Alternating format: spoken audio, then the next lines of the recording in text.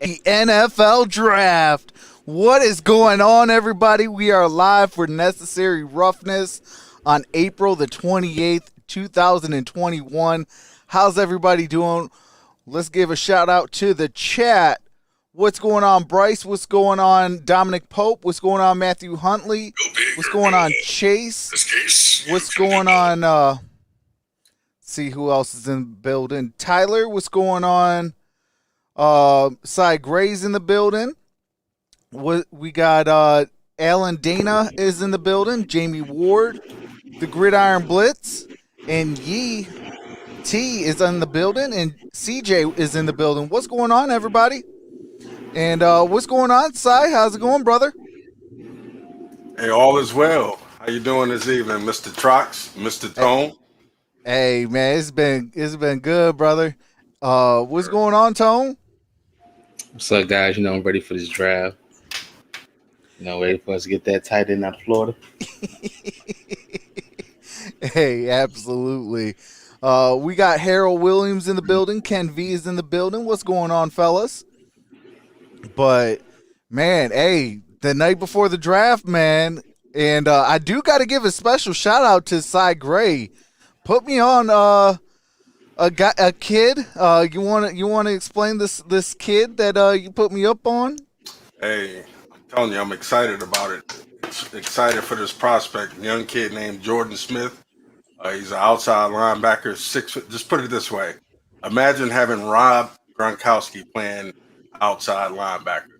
6'7", 265 pounds, lightning speed. What can you do with Rob Gronkowski at outside linebacker? I think he's going to be definitely a gem. The kid started off at the University of Florida, ran into some issues while they're being young, dumb, sometimes just, hanging out with the wrong crowd, wrong place at the wrong time.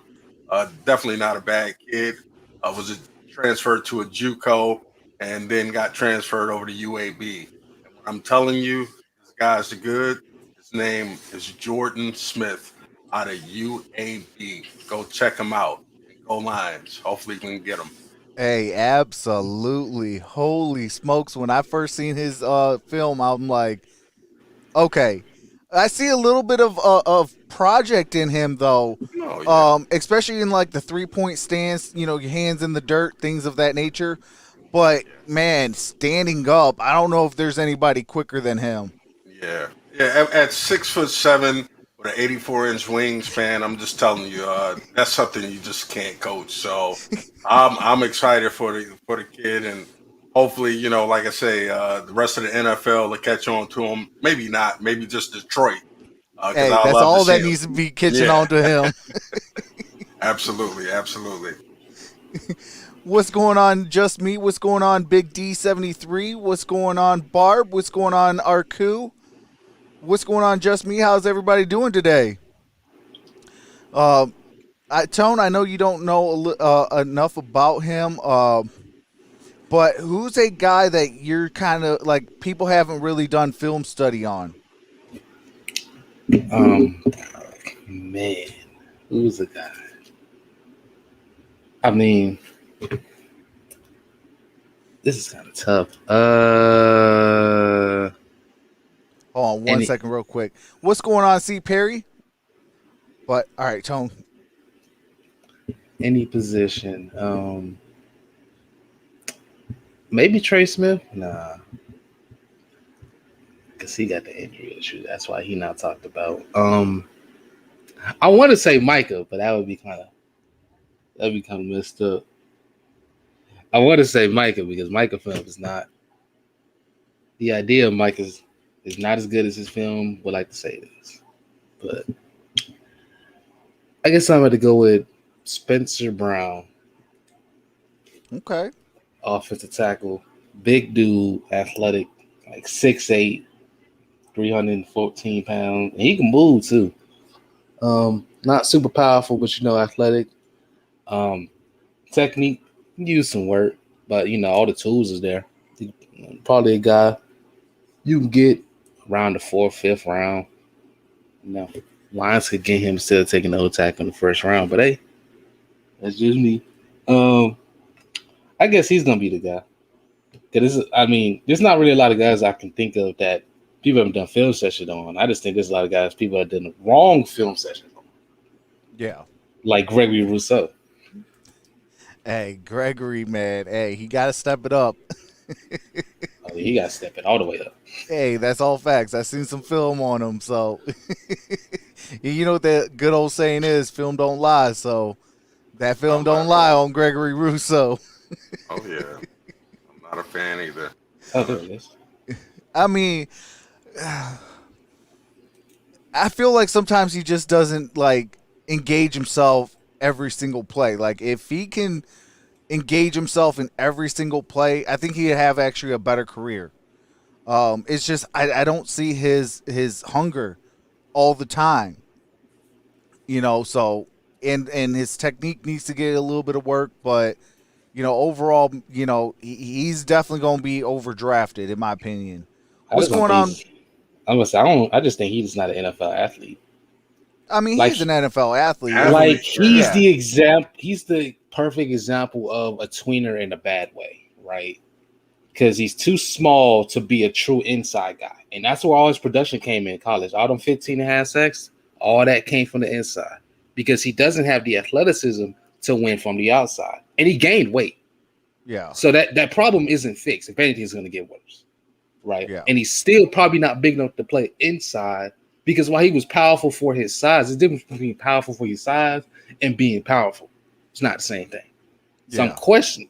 I just don't see what's up with him. Plus, he's stiff as a board. The man had like a 7.53 cone. Like what?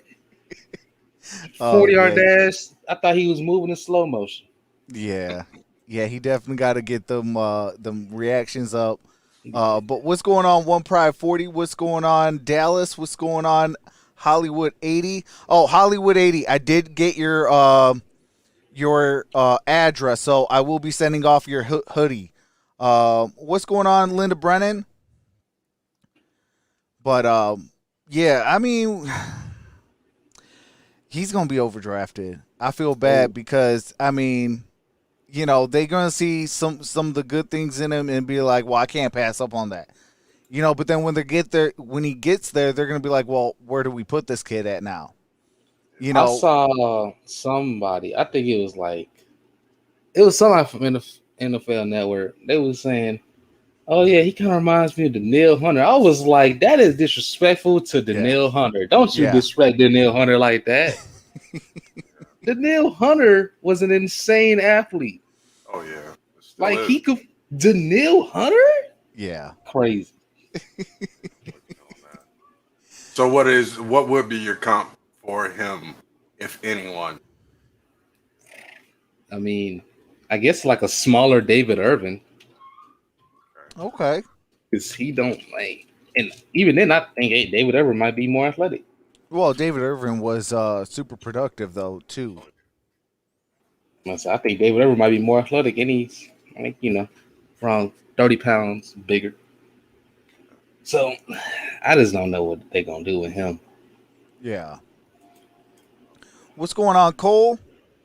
A guy I got to give another shout out to, and that is to TA of Noble Sports. He put me up on a guy named Tamarion Terry. Big receiver out of Florida State.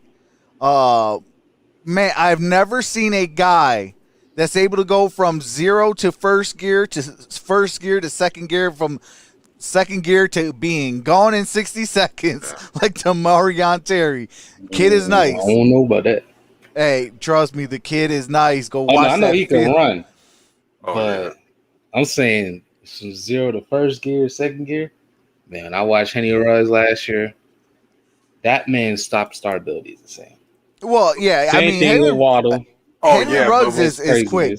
Yeah, but you're talking about smallish receivers. We're talking about a 6'4", 6'5" athlete. Yeah, that acceleration. Yeah, that's generally that. I mean, those other than that, might be out of the block. Metcalf. That's probably right. Yeah, right. Now that's who I kind of have him kind of comp to, is a DK Metcalf kind of guy.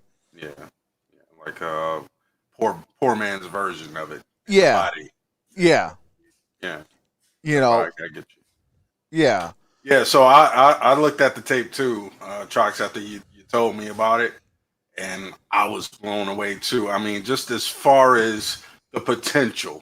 Yep. Okay, so that kind of height coupled with that speed, you could see he could stand to put on 10 to 15 more pounds Oh yeah. once he starts filling out. But again, I mean, those are some of the gems that I don't think well, of course, the NFL scouts know who he is, but I'm looking at selecting him. I would have zero issue getting him in the third, fourth round, just depending. I'm not sure where he's mocked to go, if he's even being mocked at all, to be honest with you. But yeah, I think that'd be a nice return on that, third or fourth round pick on that investment. So. Absolutely, especially since they're talking about he's the 222nd ranked player in this Wow. draft class. Yeah. So that to round. me would be like a steal of the century. Yep. I'm with you on that one. Definitely. What's going on, FM? How's it going, brother? Welcome back. Says Trox back with the Matt Patricia look. Hey, except I can coach. Wow. Except I can coach. Matty Pete can't coach. Yeah, man. Please. Oh man, hey, we got the MVP in the building. JT, what's going on? Noble Sports Entertainment. Hey, I just gave you your shout out, brother. But we're talking about Tamarion Terry. Scary Terry is something scary, brother. Oh man. But hey, that dude can get up and go. Like, I've never seen somebody be able to get up and go. Tamarion Terry at his size, like I said, he reminds me of like Sai said, is a poor man's DK Metcalf. Like, I kind of see the similarities in that comp. I think he's gonna be his own guy, but I mean, oh yeah, as far as like a draft analysis type of thing, I could give him that comp of a DK Metcalf. Yeah, just on the speed size. I mean, I do see his agility. He has a lot of agility, kind of, just that herky. He can really like juke you. Yeah. For somebody that long, he's definitely a long athlete, but definitely in terms of the speed, oh, absolutely. I don't know what his 40 something. Go ahead. I might compare him to somebody like DJ Chark. DJ Chark? Yeah. Yeah. DJ Chark. Yeah. Came out of LSU. LSU. Bigger, like he's a big, tall receiver, but not like big in terms of weight. Speed demon ran like a 4.34 at the combine. Fast. Route tree wasn't very developed, but the speed was there. So yeah, I forget what round he went in though. But he was at the combine, so his draft stock just shot up. NFL teams love speed. Oh yeah, of course. I mean, yeah, I see that comp too. Noble Sports. He says Scary Terry reminds me of Randy Moss and T.O. with ability to burn. Yeah. I could definitely see that. Hey, how do you replace a Calvin Johnson? Scary Terry. Scary Terry, I'm feeling it, man. I'm all for it. Hey, we got to get Scary Terry trending tomorrow. We got to get him trending tomorrow. We need to get Kyle Pitts trending tomorrow. Hey, forget that. You can have your old Pitts. I want some Scary Terry. Yeah, man. Unless we trade up to 4, he won't be there, man. Yeah. He won't be there. And rumors. Somebody trading up for a quarterback. Come on, man. Do it. Well, we did have some breaking news today. We had the Denver Broncos trading with the Carolina Panthers for Teddy Bridgewater. Yeah. Sai, what's your thoughts on that trade? Honestly, I think it's an excellent move for Denver, and especially, they had to give up a 6th round pick. Yeah. For a more than serviceable quarterback. I think he's, probably a low end, starter, but Teddy Bridgewater, he's a proven commodity. He's gotten over the, health issues he had. I think it's a great deal for them. I do wonder what they're going to do with that quarterback, with that 9th pick. Still, if one of the quarterbacks falls to them, I'm curious to see if they're still going to go to that well, which, I mean, Bridgewater could be a bridge quarterback, but now you really got three quarterbacks in the house, and it really makes for a messy locker room, with no clear leadership. So, but on the surface, I think it's great. I think Bridgewater could come in. You can identify him immediately as your starter. And if you don't draft a quarterback at 9, at least you have some leadership, and I think the kid has to go. So Yeah. I think it's a good move for him. Yeah. What about you, Tone? What's your thoughts on the trade that Denver made? Man, every day is looking less and less like teams are trying to move up with the Lions, man. Right? Because the Denver Broncos is one of the biggest teams because all they had was Drew Lock, and nobody's happy when all you have is Drew Lock. Yeah. Now they got Teddy Bridgewater for the cheap. They got him for a 6th, and they still got their 9th overall pick. Yeah. It don't really take them out the QB market, but at the same time, I don't think they're worried about moving up anymore. Right. Why move up from 9 to 7? I got my guy right now. It's not that huge of a deal. If I don't get him this year, maybe I get him next year. I'm not giving up fresh ashes, and I already got a guy I'm confident I can start for a year or two. And then that takes them out the market. Carolina already got out the market not that long ago. If the 49ers take Trey Lance, that might take Washington off the market. Man. Yeah, I mean, every draft pick is going to have an immediate impact, with number 7. But, that's why I love the due diligence that Brad Holmes has brought to the table. He's been able to call the Atlanta Falcons. Shout out to Detroit Lions Talk with MicroMike. He broke this news about 2 weeks ago about, the Brad Holmes calling the Atlanta Falcons to see what a possible trade-up scenario is. And he's probably talking with teams like the New England Patriots or the Washington football team. Heck, maybe even the Pittsburgh Steelers at 24. He's still making, and that's the one thing about Brad Holmes that I love is he keeps making moves to where, for one, it's throwing everybody off. Like, okay, what is Detroit really doing? And two, he's trying to, do his due diligence to try to bring the best possible player to Detroit. Now, if it's staying at 7, give me the best pick at number 7, whether it's, Penei Sewell, Rashawn Slater, Micah Parsons, Xavier Collins, whoever that pick is, or, hey, do I really want a Jamar Chase, or do I want a Kyle Pitts, or do I want, somebody where I have to move up for?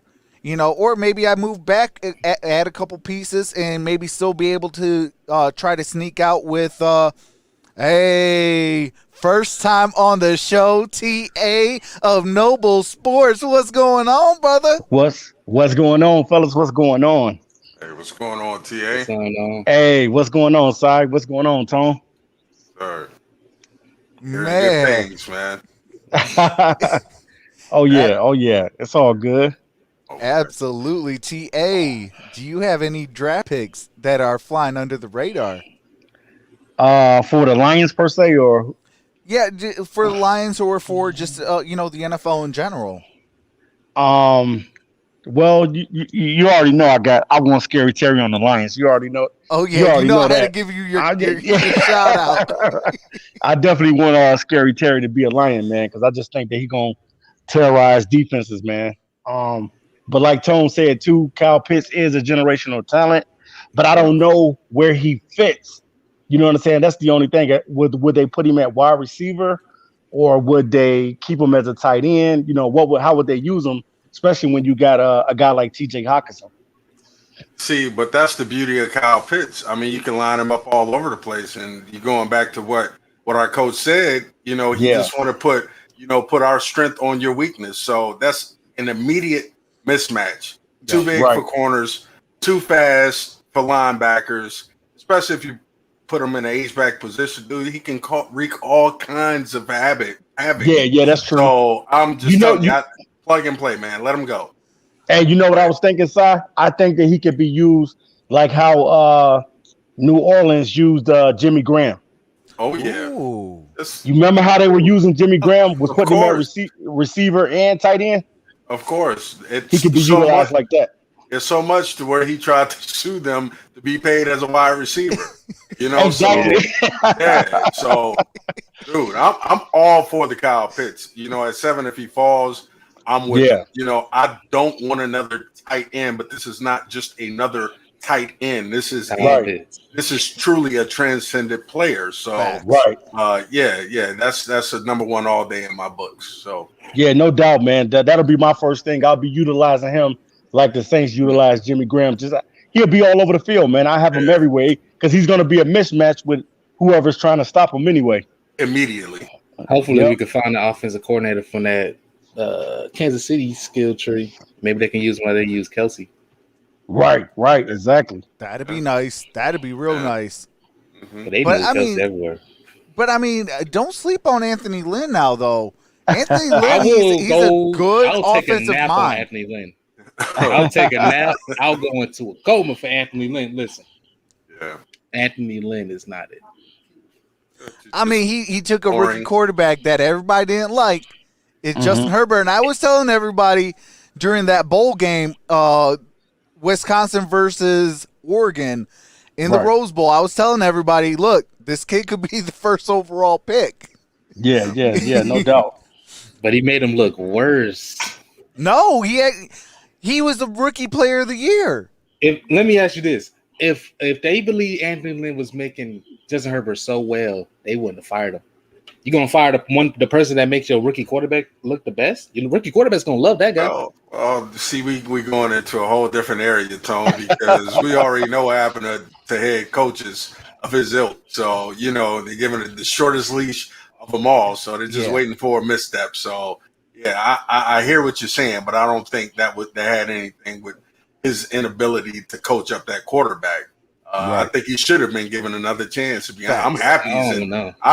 I'm happy he's here in Detroit. Hey, thank you, Los Angeles. For good reason. I think he got fired for good reason. I don't know. I mean, his like if we was talking about Patricia's clock management and abilities to make good decisions when the rubber needed to meet the road, and Lynn was the biggest example of why that team struggled in one possession games. He was in a gigantic reason around that. Their team this is not a 1 year thing. This is like 2 to 3 years of just consistently being unable to come in and close games when you needed to. Then I mean, look at his quarterback. He had an aging Phillip Rivers. Hey, Phillip Rivers was still all right. I mean, come on. He was good enough. Come on, man. Hey, he's the game manager at his best. That's all you need. And if you're a good enough offensive mind, a game manager, all you need. I call Jimmy Garoppolo a game manager. Kyle Shanahan got that man to Super Bowl.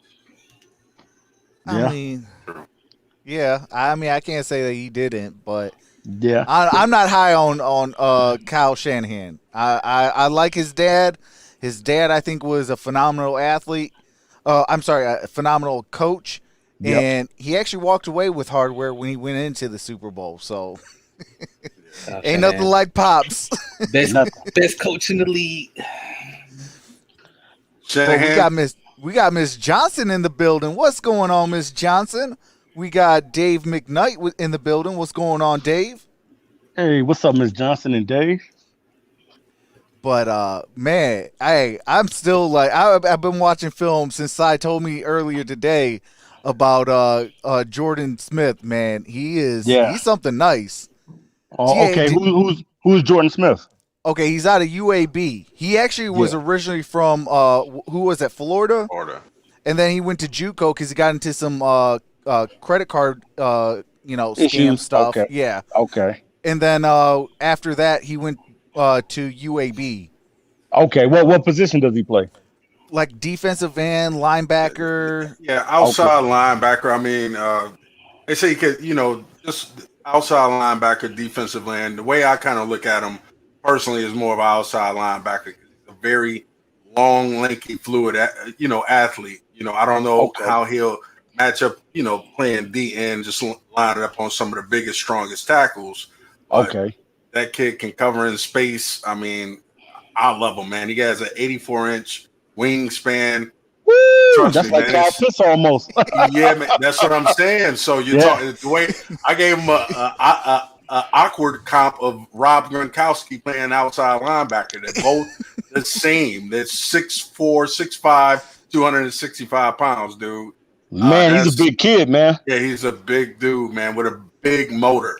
So hey, does he got any film? Yeah, you got some film. Yeah, I sent it to the Troxel, and we'll get it over to you. Yeah, just look it up on YouTube. Jordan Smith, UAB.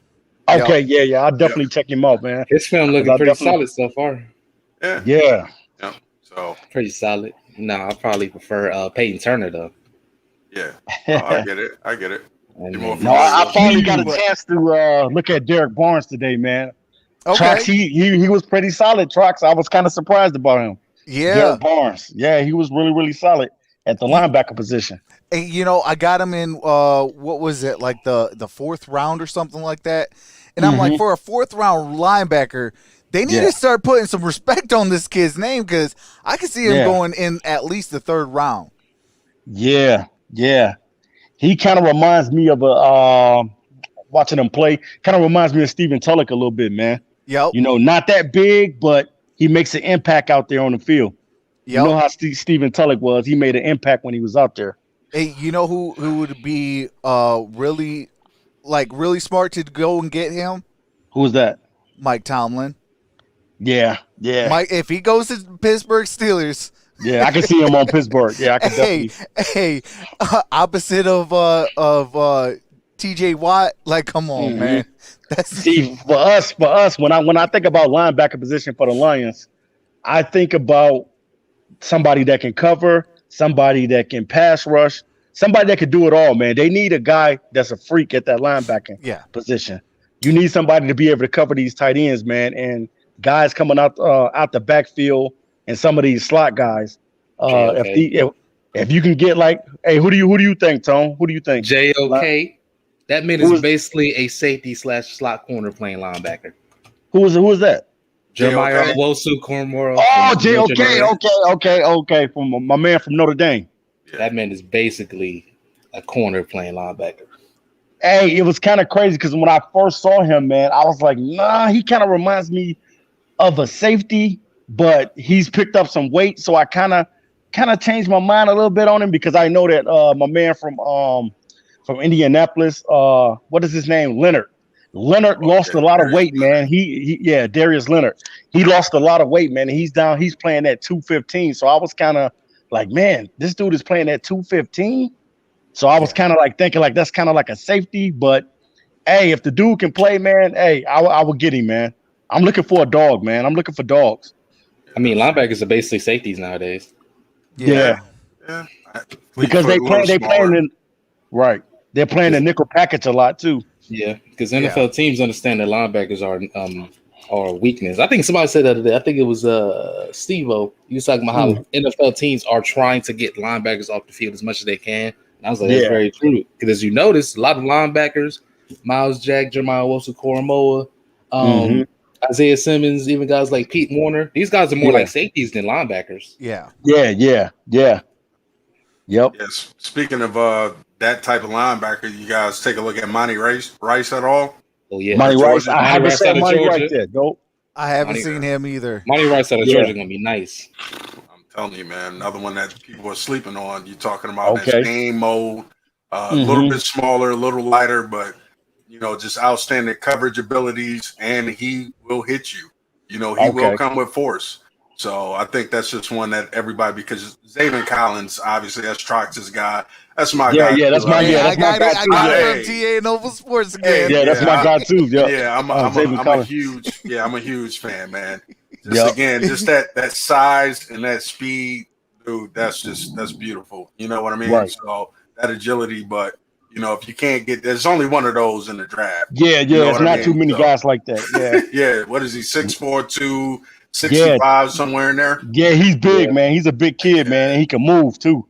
He's a big kid. Yeah, man. And the thing I like about Xavier Collins too, he's that type of linebacker that we've been talking about, the guy that can go drop back in coverage. Exactly. And he's a guy that you can also send in the pass rush too. So I like that about him. Oh yeah. So I'm feeling him more than a JOK, but I get the JOK and what he is. You just got to have a creative defensive coordinator. So I'm not sure what Aaron Glenn is going to do and how our defense is going to look. But Right. yeah, Now, if you could take the top off of that thing, yeah, it could be a nice explosive. now something that I did remember about Aaron Glenn, what he was saying that he liked bigger guys. So that could be kind of a hint, like Michael Parsons, you know what I'm saying? He liked bigger defensive guys. Yeah. Because most of these receivers nowadays are huge, man. So it's like you need some guys out there that got some height and got some you know what I'm saying, got some meat on their bones, man. Yeah. You know, and that's what you need in the National Football League. Like, you need these bigger guys because, like you said, TA, these guys are not no skinny nillies anymore. Like, Devontae Smith is gonna get eaten up. Yeah. If he does not put on weight, he's going to get eaten up. Now, hey, Trox, that's funny that you talk about Devontae Smith because I just watched his film. I just went and looked at him. This dude route running is phenomenal, man. That's one thing I can say. He's going to tear the league up, man. He's going to tear it up, Trox. I don't believe it. Even though he's small, he's going to tear it up, man. Oh, facts. You know, the only thing is when he gets caught, if he gets popped the right way, it's going to be hard for him. That's what I say. Impress coverage, and if you can get hands on that dude, it's over with. It's over with. Right. So that's why it's so get hands important. on that dude. Yeah, right. That's the problem. You know, if you get hands on him, it's over with. But yeah, his ability to get off of press coverage with his, you know, his little stutter step, slicky, flying himself. Yeah. That's I get it. But you know, I just worry about, you know, like I said, him getting off really consistently getting off press coverage, not being knocked off his route. You know, I personally don't want him, but I get it. I see why. Right. Yeah. Right. I feel you on that. You know what I'm saying? He's a smaller guy. You know, he has the height and everything, but he got a small frame, and I understand that. You know what I'm saying? But his route running ability is second to none, man. The dude can get open, and that's what I want. You know, because one thing the Lions struggle with big time is being able to have somebody that can get separation. They don't have too many guys that get separation from guys, and that's what I want to see. I want to see guys get 70 and 80-yard touchdown passes. I'm tired of these 5-yard touchdown passes and 10-yard. Hey, catch a bomb. I'm ready for you to catch a bomb this season. Yeah. And take it to the house. Yeah, we had nobody that is able to catch balls in stride. Right. That's exactly what I'm talking about, Troy. You know, Kenny Golladay, he was able to catch the 50-50 balls, and then he goes down. A lot of our guys, I mean, the one guy that I thought that had the ability was Marvin Hall, you know, deep ball Hall. But then we traded him. You traded him away, right. Another person gave him to the Cleveland Browns. And then another player that kind of had that skill trait, which was Travis Fulgham out of Old Dominion. We traded him to the Philadelphia Eagles. I mean, Philly got a steal in that one. Yeah, they gave up on him They gave up on him too soon. Yeah, and that's all facts. We got a $1.99 super chat by a delusional Detroit Lions fan. Says, what do y'all think about the safety Richie Grant? We'll start off with you. Richie Grant is a beast, man. He's definitely one of the top safeties coming into this year's draft class, man. I love the kid. I love what he brings, all the intangibles. He's very physical, and that's what I want at a safety. I want somebody that can cover and somebody that can come up and hit. When I think about safeties, I think about somebody like a Buda Baker. You know what I mean? That can come up, play coverage, and also come up and pop running backs and guys coming across the middle. Hey, that's what I'm looking for in a safety. Hey, you know who I think about?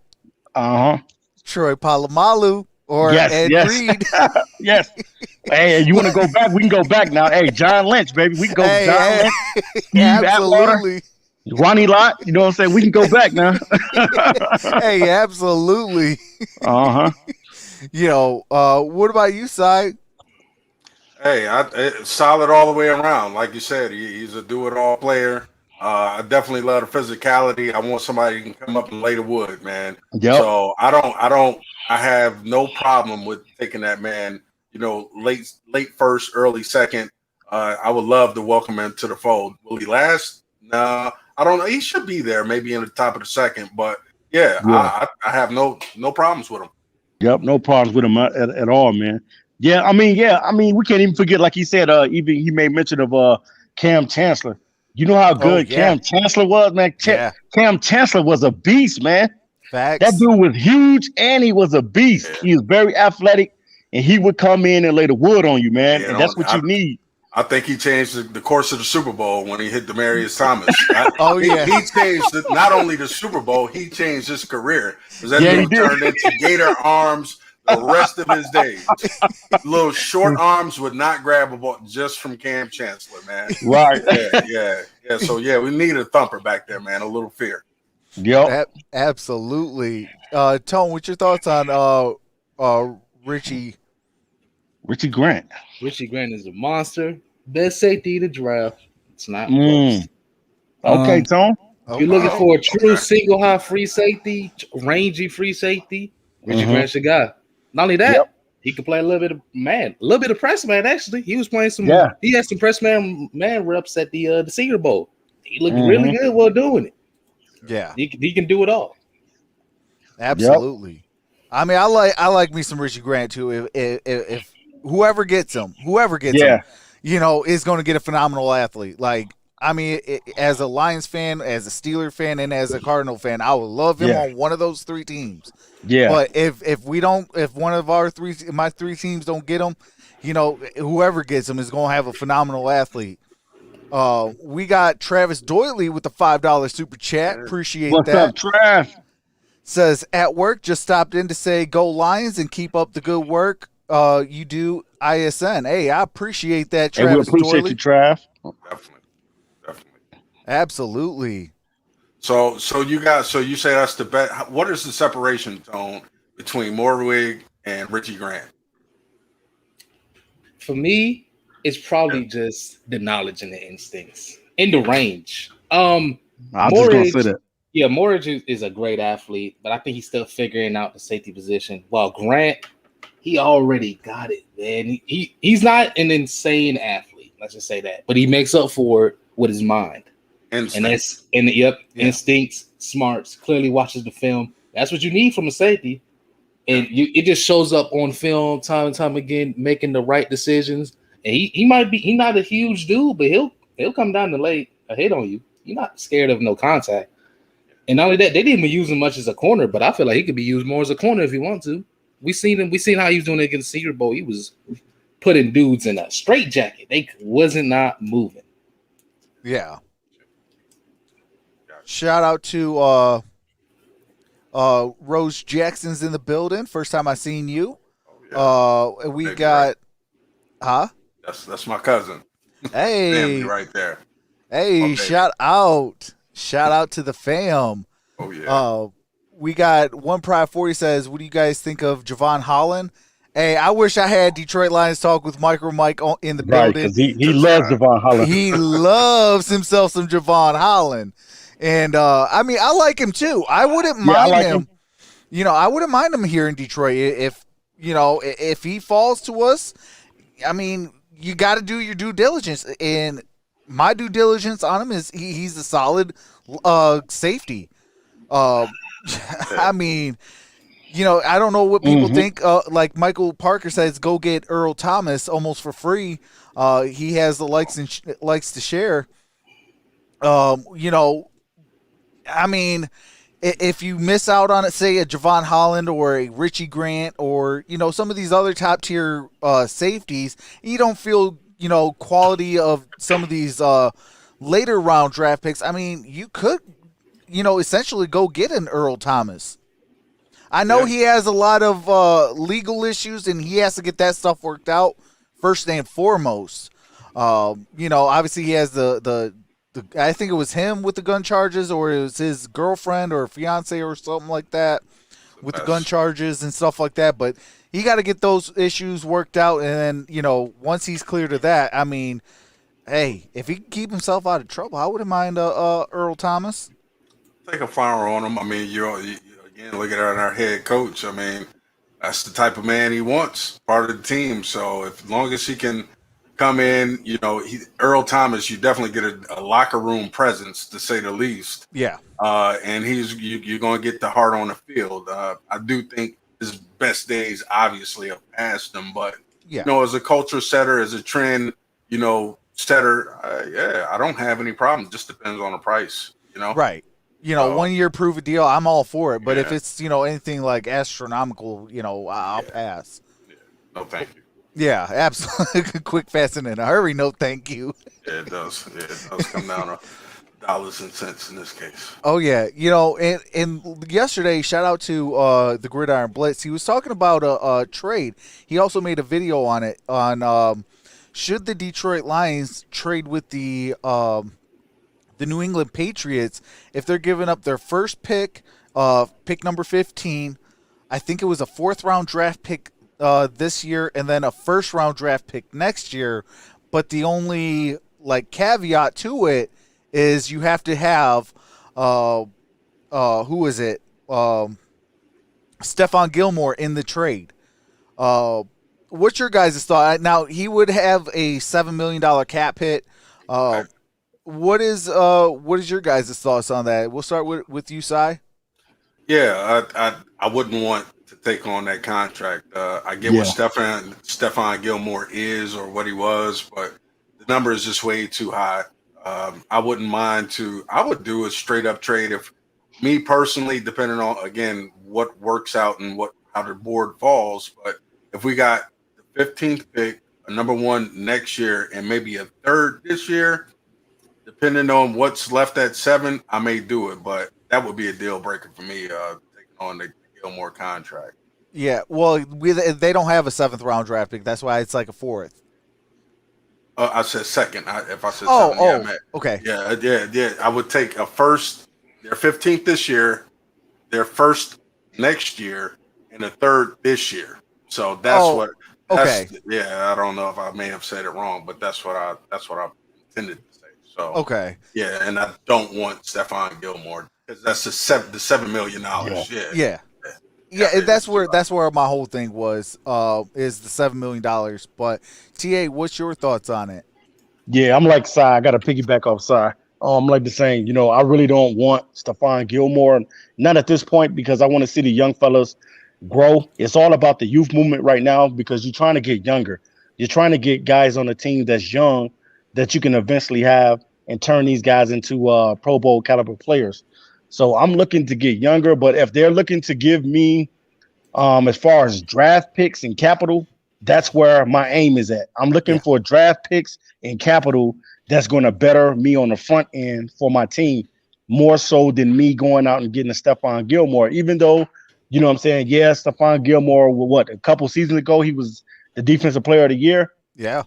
He's a good player. Don't get me wrong. And a lot of teams would love to have him a part of their team.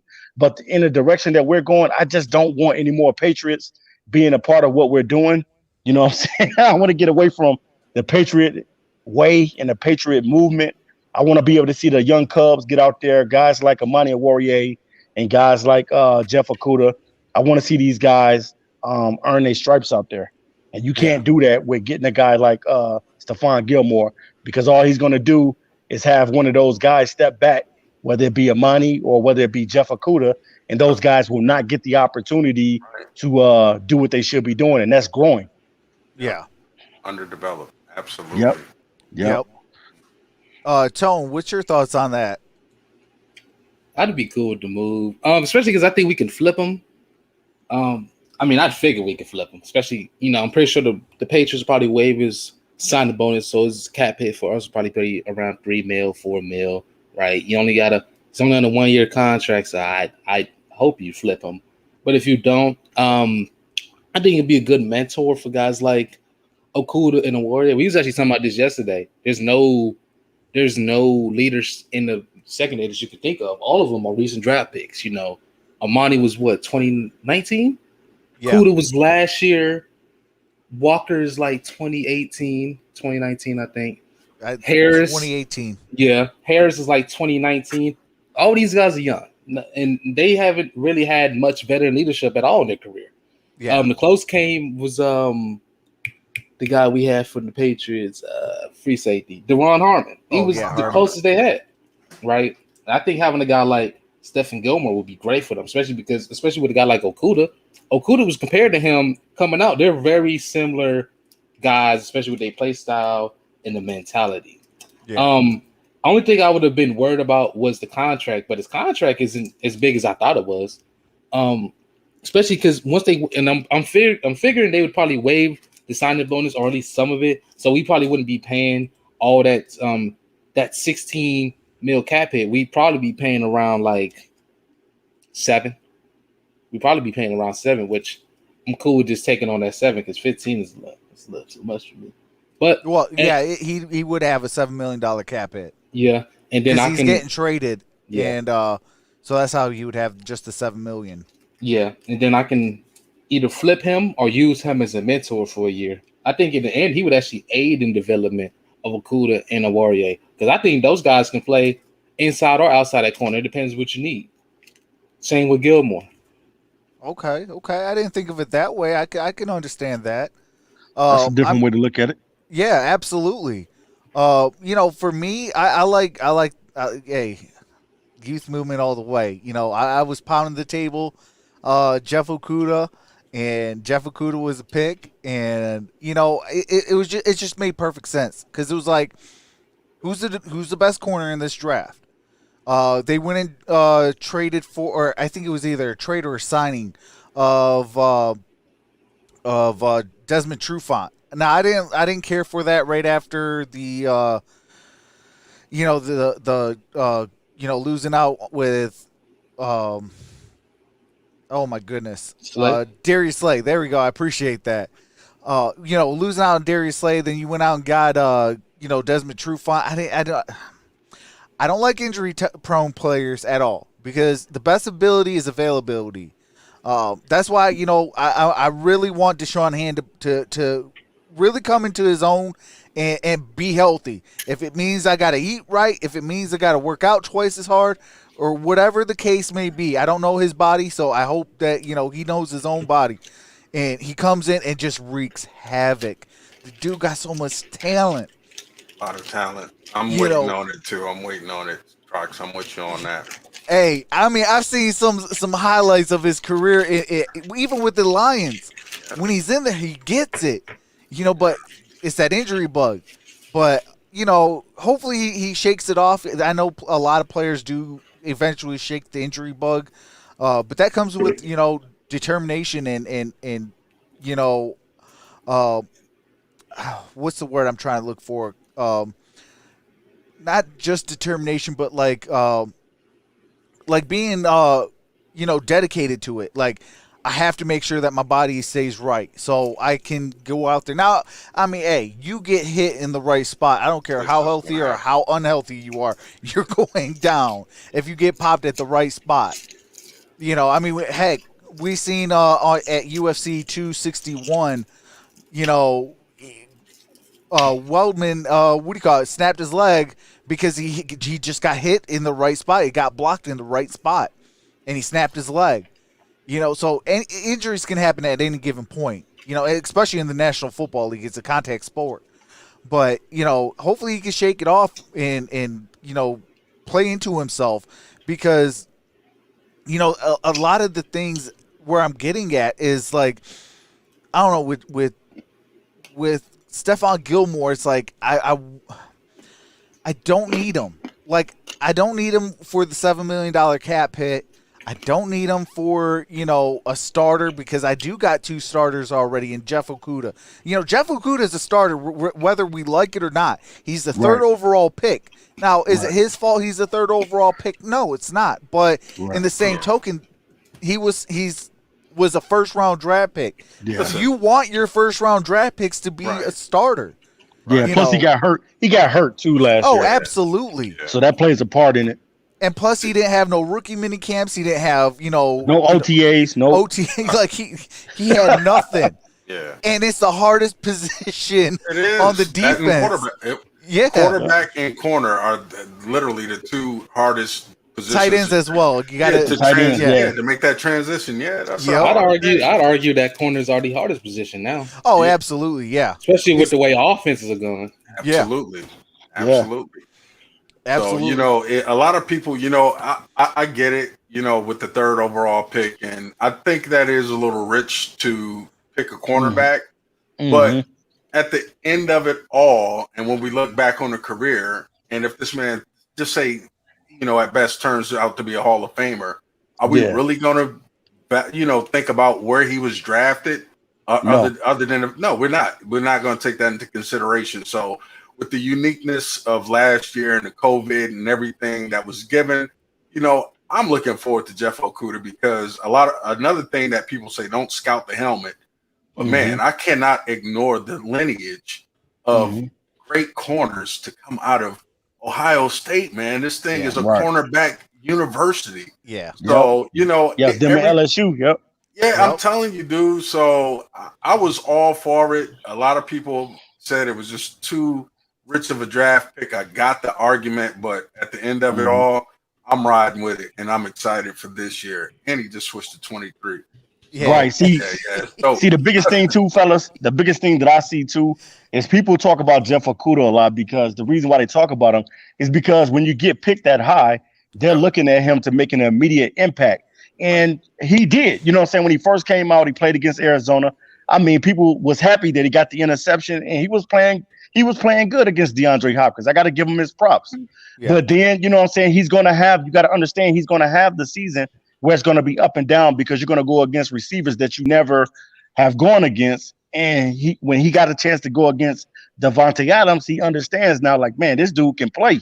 Yeah. So I think this year he'll be better. He'll have more knowledge to how to defend these guys because if he's a student of the game, right now he should be studying all the best wide receivers so he can understand, like, how can I stop these guys? How can I slow them down from being effective? How can I get them to catch less balls against me when I'm playing against them? You know what I mean? Absolutely. So I think you're right on it, man. Look at last year. If before the season even started, dude, if you looked at our schedule, imagine the receivers this dude had to play up against. You just said it. Look at our schedule last year and look at the amount of number ones. DeAndre Hopkins. It was who in the world? Devontae Adams. It was Julio Jones. Thielen and what's my man? Justin Jefferson. Justin Jefferson. Yeah. What the? Anybody was going to wilter under those heated conditions, man. I mean, of course. Especially a rookie. So, I mean, you need Revis or Deion Sanders. They would have their hand full with that schedule. So, I just say calm down, people. Let the man develop. Let's not bring in a Gilmore or some veteran. Let the man develop him. And a Warrior, I think, is going to be a beautiful comedy. Then we get, again, I'm not high on Corn Elder, but you have a couple of corners that we signed. I mean, we're filling out that defensive back room. I think we're just missing the safety from the equation. I mean, even if we go, late round draft pick, maybe a Kerry Vincent Jr. or somebody like that. I wouldn't be mad about that to add more talent. What do y'all think about safety from Indiana, Jamar Johnson? I like this kid. Slept on. Nobody's talking about him, and this dude is a beast. Oh yeah. Absolutely. Dude is a beast, man. He can play both safety spots. I'm with it 100%. Yep. I think that's going to be a steal for somebody, because he's not hitting the mock draft boards. But I'm telling you, you get that dude. That's another one that hopefully he's there in the 4th or something like that. And if we hadn't addressed that position, I'm telling you, that's a steal, dude. That's a good pickup. Oh yeah. Drop him down to the box. He can do it all. He's a do all. He can do it all. Yep. Absolutely. Still that Tone? Oh yeah. What do you think about Jamar Johnson, Tone? Yeah, I watched some Jamar Johnson. Really like his athleticism. I know he really started blowing up because of the Ohio State game, them 2 picks, which those 2 picks were horrendous by Justin Fields, but that's not getting into that. Super athletic dude. Not gonna tackle, not at all. He's not the greatest tackler. Not even the slightest. Don't even put him anywhere near the ball. Not tackling at all. But he got some tremendous ball skills. I From what I've seen, I think I've heard people projected him like in the third. Mhm. I wouldn't want him in the third just because I think there's going to be a lot of really good edge talent and old tackle talent on many positions, cornerback talent in the third. But Wide receiver too. Yeah. If you can get a guy like that in the fourth or fifth, I don't know teams are that stupid, but teams. Hey, now what? Go ahead, Tone. Finish what you got to say. I was about to say teams don't draft well. Okay. Now, what do you guys think about the safety from Florida State? I cannot say this kid's name. Hamsan Nasruddin. Yeah. I cannot say his name. You said what is his name again, Tone? It's Hamsan Nasruddin. Yeah, Hamsam. Right. Man, this dude is nice too, man. He's a big Cam Chancellor type of cat, man. Yeah. 6'3", 215, can do it all, and he's a tackling machine. Yep. He does remind me of a lot like Cam. Yeah, he's another Cam Chancellor, man. Yeah, I like him. I like him a lot. I mean, Florida State got some good talent coming out this year. Yeah, they do. They definitely do. I mean, you got Marvin Wilson, you got the safety, then you got, Scary Terry. I mean, hey. Asante Samuel. Yeah, Asante Samuel as well. Then they got Hamilcar and Janarius Robinson. Yeah. Yep. Yeah, they got a couple good guys over there. Absolutely. Too bad they can't coach. I mean, yeah, I don't know what happened. We're not to Florida drafting State, the coach, man. though. We drafted the player, not the coach. Hey guys, I kind of want to talk about this guy. I always wanted to talk about this, guys. What happened to all the college teams that were good in football? What happened to Texas? What happened to Nebraska? What happened to Florida State and Florida? These teams were good. Yeah. And now every year it's Ohio State and Alabama. I just can't understand it. Well, you got if I offer this when you get those dramatic changes in leadership, when you mention those big schools like Bobby Bowden, Florida State, Mac Brown, Texas, you have these are like staples of those universities. And when they left, I mean, recruiting is everything for college. And I just think the continuity was broken up. So who else did you mention? Florida. Florida and Florida State, Nebraska. Yeah. How good Nebraska used to be. I'm like, man, what happened? Yeah, man. I think it's just huge changes in leadership. And, a lot of kids, of course, who do the top recruits go? They get to meet the head coach. And a lot of times you see these commitments go to the more popular or stable head coach. So even like the University of Michigan, I don't know if you guys are Michigan fans. Yeah, for sure. All day. And I thought it was a steal getting Jim Harbaugh, but man, that's another discussion for another day. I thought it was. I thought it was too. I mean, he came off a Super Bowl. First the Fat Boys break up, now this. Yeah. The thing about college, I think a lot of people always put too much stock in recruiting. I'm like, in college, coaching is everything. Yeah. When a lot of teams, when you see them lose their head coach, look at, for example, Florida State, Texas A&M. Florida State lost Jimbo Fisher. Now they won the worst they won the worst teams in their own conference, and it's the worst conference. Which is that's true. Jimbo Fisher goes to Texas A&M. They were almost a playoff team last year. Yeah. Right. And they're in the same conference as Alabama, Florida, Georgia, all those teams. Yeah. Coaching is everything in college football. Especially, I agree with that. Like, perfect example, Baylor, when they had their head coach for the Panthers, I forget his name. Rule. Yeah, Matt Rule. He took a bunch of untalented guys, took them to the top. Same thing with Nebraska's current coach, what he did with UCF. Coaching is everything in college football. Because Texas still recruits well. Yeah, they do, a lot of these teams still recruit well, but no matter if you can't develop that talent. Yeah, I was wondering, man. I was this just was on my mind. I'm like, how come Alabama and Ohio State gets all the players and everybody is going to just those two schools every year? Because I remember back in the days when Miami Hurricanes used to be the school to go to. Yeah. Everybody used to go to Miami, man. Now nobody is going to Miami like they used to. Yeah. Nope. Jimmy Johnson leaves, and then who took Jimmy Johnson's spot? Because that Um, Miami team, man, they had the greatest collection of collegiate athletes ever. That was when they had you had who was on those Ed teams? Reed, Ed Reed. Ed Reed, Ray They had Lewis. everybody. Yeah. Yeah. They had They had some of every. Jeremy Shockey. They Yep. had all the tight ends, Kellen Winslow Jr. Yep. The corners. I mean, that's when you had Willis McGahee, Frank Yep. Moore, all in the Was same. Clinton Portis? Clinton Portis was in that backfield. Yeah. Who was the coach back then? But I can't even. Man, I forgot who the coach was. Yeah, but let's not forget about USC with Pete Carroll. Yeah, exactly. Yeah, US. What happened to them? That's the same thing. That's what I'm saying. Pete Carroll left, and they got hit with them sanctions. That Pete is Carroll right. was like, Pete Carroll was like, I'll see y'all later. Y'all can deal with that. Hey, was that after Reggie Bush or during the time to Reggie Bush? Yeah, that was after Reggie Bush. Mm-hmm. Yep. Okay. I think a part of it was because of Reggie Bush. Yeah, it was. Yeah, because he ended up getting stripped of his Heisman, didn't he? He got stripped. Absolutely. Man. So coaching is the biggest part. Travis Doyley. We got Travis Doyley on the $5 super chat. Says, what position you think Michael Brockers will play at? I think he's going to be an edge guy. I think he's going to be possibly on the outside of opposite of Trey Flowers. Real talk. Okay. I think he's going to be both, Trox. He's going to be inside and outside. Oh, yeah. Yeah, he's going to definitely be moved around. Oh, absolutely. You know, but I think he'll probably start, until they could the new coaching regime can see what they have with Romeo and things like that. And then, they'll probably switch him around and interchange, I should say, the defensive line. Yeah. I think he'll probably be like a 4-tech.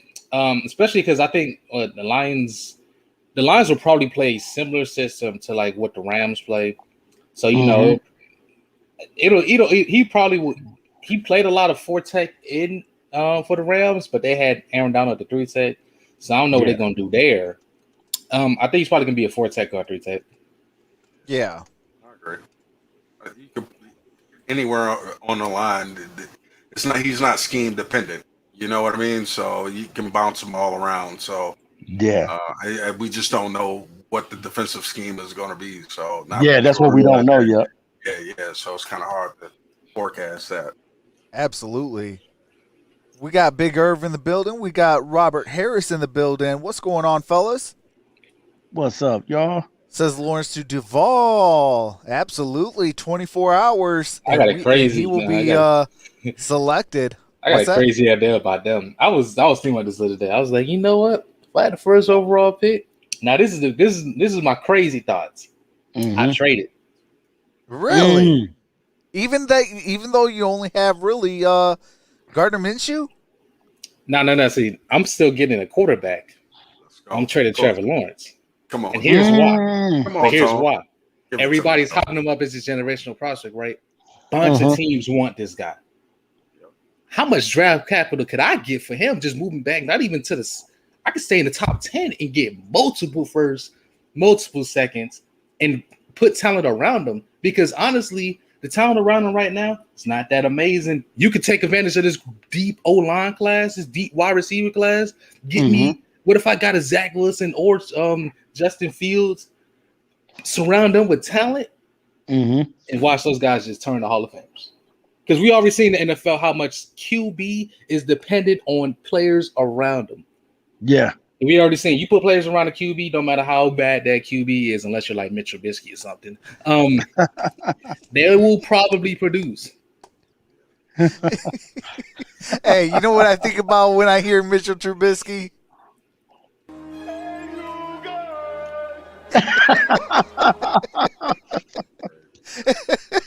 That's what I think about He needs some milk. That's what I think of. Yeah. Oh man. Yeah, man. I like where you were going with that tone. I'm gonna say something. I could say something very controversial too. I think we were talking about a little bit, Trox. Listen, I'm not going to call that man a bum. Clearly, Trevor Lawrence is not a bum. No. But what I'm telling you is this. I'd kind of evaluate it as he's a very good quarterback. But what is exactly special about Trevor Lawrence? Tell me. Other than the expectation, obviously he's a winner, but all the Clemson quarterbacks have been winners of late. So I'm not going to take that from him, but I'm not going to credit him. It's like trying to hype up Mac Jones. I mean, Mac Jones is a winner too. You know what I mean? So what is his superpower? Mac Jones. I like Zach Wilson better than him. See, me too, Tone. But people when I see special with him, he has a special power. His ability to throw off schedule, to throw at these funky arm angles. You know, that is if you're taking a superhero, what is his superpower? When I look at Trevor Lawrence, what is it? He does everything well. Yeah. But what does he wow you at? So if we're playing safe, I mean, a good comp, again, what's the floor? Justin Herbert. Justin Herbert is a quality NFL quarterback, but if you look at his career at Oregon, he never made any type of quantum leaps. He was just very good for 3 straight years. His numbers never quite jumped. He never took the jump. So honestly, when he got to the NFL, I was a little surprised at how well he did. I didn't think he was a bum. I never said he was a bum, but I just don't see special with Trevor Lawrence. I think everybody has pinned him as the next such and such. I get great thing. Yeah, the next Peyton Manning or whoever. And he does everything good. Yeah. Is there anything wrong with being B+, B+, B+ everywhere? Absolutely not. But do I see transcendent? That's just me. I'm a Zach Wilson believer. Now, do I think he's going to the right organization? No. I think that, maybe they have the coach in place. I get it. I was just about to go there. Yeah, that's the thing. But the jury, we have to deliberate on that. We have to kind of see. But yeah, hey, chat, let me know. Am I losing my mind? What's special about Trevor? Yeah. I guess if you look at it like this, only things that I can say, it would be his continuity and his consistency at the position. That he, like you said, he is a winner, and he's proven himself ever since he came in as a freshman. Getting the opportunity to start, and I think that's the only thing you could really look at and say, man, this dude is consistent year in and year out. He's able to move around in the pocket. He's mobile. He's a big guy, just like a Justin Herbert, and he has a strong arm. You know what I'm saying? Those are the things that you can look at. So I would just look at his continuity as a player, that he's very consistent. If we being honest, Trevor Lawrence is the number 1 overall pick because of his national championship game against Alabama. Yeah. Because that's the thing. And specifically, not even that playoff run. And because he's been a winner. He's been a winner ever since he's been at Clemson. Yeah. But because, the thing that put Trevor Lawrence on the map was his freshman year playoff run. It was like, man, we ain't never seen a QB do anything like this. But the problem was he hasn't consistently reached that level again. Right. Yeah. Yeah. Nobody's hating. I'm not hating on him at all. I didn't say he was a bum. I mean, I'm just looking at the chat now. That's pretty funny. Look, it's no hate. There's no hate against him, man. I'm just saying. Yeah, it's no hate. I just really I'm trying to understand what's special and what sets him apart from all the other quarterbacks. Yeah. And I'm just like, he's good at everything. Okay, got it. Now I do got a question for you. If he's a consistent winner, you think he could at least kind of, I wouldn't say be the next, but kind of, how there was, the Michael Jordan, then there was the Kobe Bryant, then there was the LeBron James. Do you think that Trevor Lawrence could possibly be up there with a Tom Brady? Or, I mean, I wouldn't say be better than Tom Brady or be at the same level as Tom Brady, because let's call a spade, and I don't think there's anybody that's going to be, at least win as much Super Bowls as Tom Brady has. You're talking about a quarterback that's been in the league for what, 20 years, 20 plus years or something like that? Yeah. That's a long time, man. That's a long time. Even with Patrick Mahomes, even for him to catch Tom Brady, it's going to take a lot of winning just to get to Tom Brady's level. Yeah. It's going to take a lot. Oh, yeah. Absolutely. Yeah. I don't know. I mean, again, not to beat a dead horse, but when you just say this winner, Tim Tebow was a winner. Okay, and I'm not saying he's Tim Tebow. Don't get me wrong. Right, But, Tim. Yeah, he was. Mark Sanchez was a winner. I think that dude has one of the highest, postseason, percentages in NFL history as far as for winning. But he's still Mark Sanchez. You know what I mean? So still Mr. Belt Fumble. Yeah. So I'm not saying again that Trevor Lawrence of that talent. I think he's better than that, but I don't think we're looking at Andrew Luck, that dude, or Peyton Manning, or some of these players. That were truly great, and you saw it. I just I don't see it. I don't see it that way. That's all. So you want to jump in on that one? You said you like Zach Wilson better too, right? Oh yeah, Zach Wilson definitely over him. If I already had the opportunity, I might trade the pick just to get a guy like Justin Fields. I don't know about Trey Lance because he got to sit a year, but man, that dude is talented. But yeah, I think sometimes people get caught up in winning because sometimes I know winning is the end goal in the NFL, but you can't just judge a player off of if they win. It's more than that, right? You got to judge them on their skill set. I'm saying, like Jimmy Garoppolo won. Jared Goff been winning his whole career. Exactly. Right? We see many guys who aren't that great win because people forget NFL is a team sport. It is a team sport. It's a sport about your team, your coaches, your organization. You can't put all the stock into winning. It's about what do you contribute to that winning in the end. Because Trevor Lawrence went to one of the best colleges. He was at one of the best high schools. Correct. Yes, he's very talented, but he also went to very talented places. Right? Yeah. Absolutely. He came to Clemson. Clemson had just won a national championship not that long ago because of Deshaun Watson. Yep. Yeah. Who so they think already had it. Is one of the best quarterbacks in the NFL, conversely. Yeah.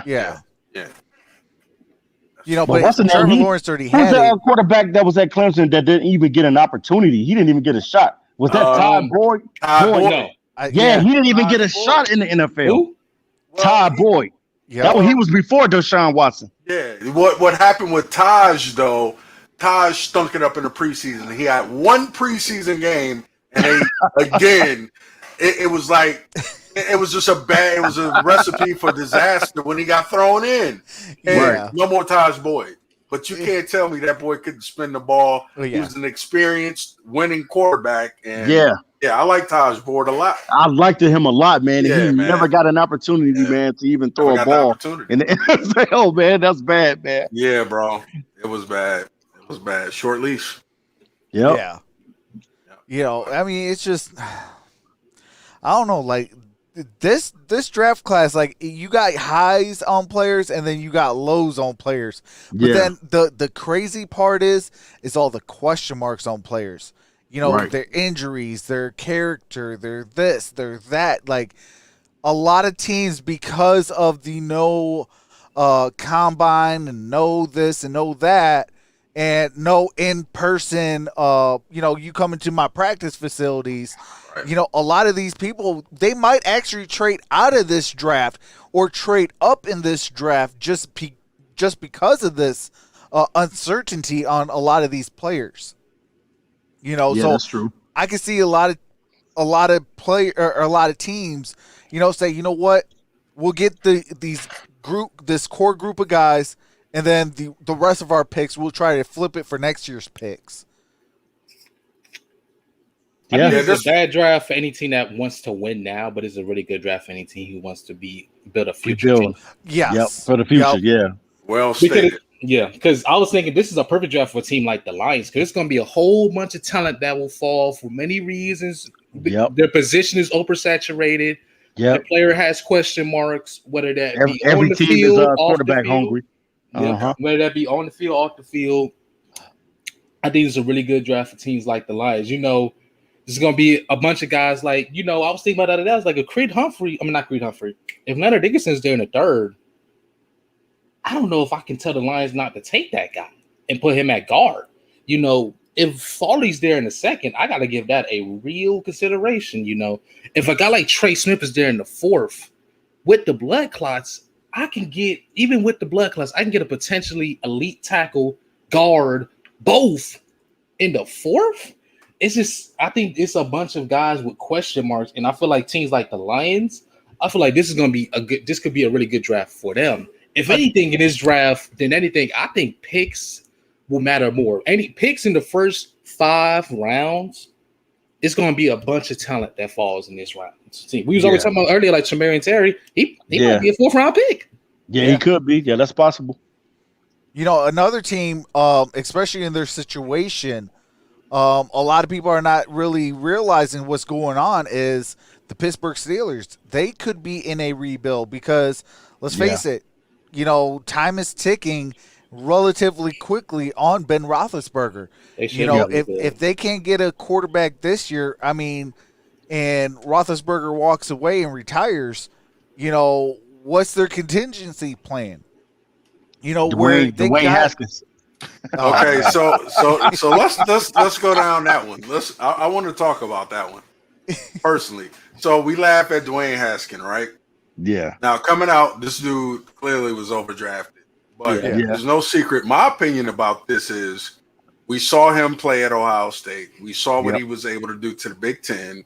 It's a great conference. The 50 touchdowns looked to be the real deal. But again, you're talking about a player who was not necessarily ripe for the picking. He had 1 year of collegiate ball underneath his belt. Yeah, as a starter. So now you draft him at, I think it was 15 or 16 in Washington, and immediately he's expected to be the savior. Now, I do agree, poor character, some of the poor choices, you know, the immaturity, but that does come. But from a talent perspective, just pure talent perspective, Dwayne Haskins, you got some tools to work with there. You know what I mean? Just the way he throws the ball, his football IQ, again, that has to develop. But everybody kind of poo-poos on Dwayne Haskins. And me personally, I could say I first guessed it, as Skip Bayless would say, but I thought the perfect situation for him was to go to the Steelers. Yeah, I think he can be cultivated. He can get into, well, we know Ben Roethlisberger is probably not the best leader, but Mike Tomlin under his tutelage, that locker room and what Pittsburgh, that city, man, I think it could turn into some fruit, man. So I don't think the cupboard is completely bare if you develop that, man. That's me personally, and I hate Ohio State, by the way, for the record, everybody. Hashtag all facts. I do love my Ohio State fan base, but as far as the school, of course, go blue. Go blue. Go blue. But you know, being a Michigan State better. Oh yeah, you know, but it's like, if he's gonna make it in Pittsburgh, he can't go to. I'm gonna keep this G classified. Like, he can't go to no gentleman's club, if you know what I mean. Yeah. Oh yeah. You know, especially during COVID, like, you got to be smart. Yeah. You have to be, like, you're getting paid millions of dollars, and even take the money aspect out. Like, you're a grown man. Like, you got to make grown men decisions, and you're playing in the National Football League.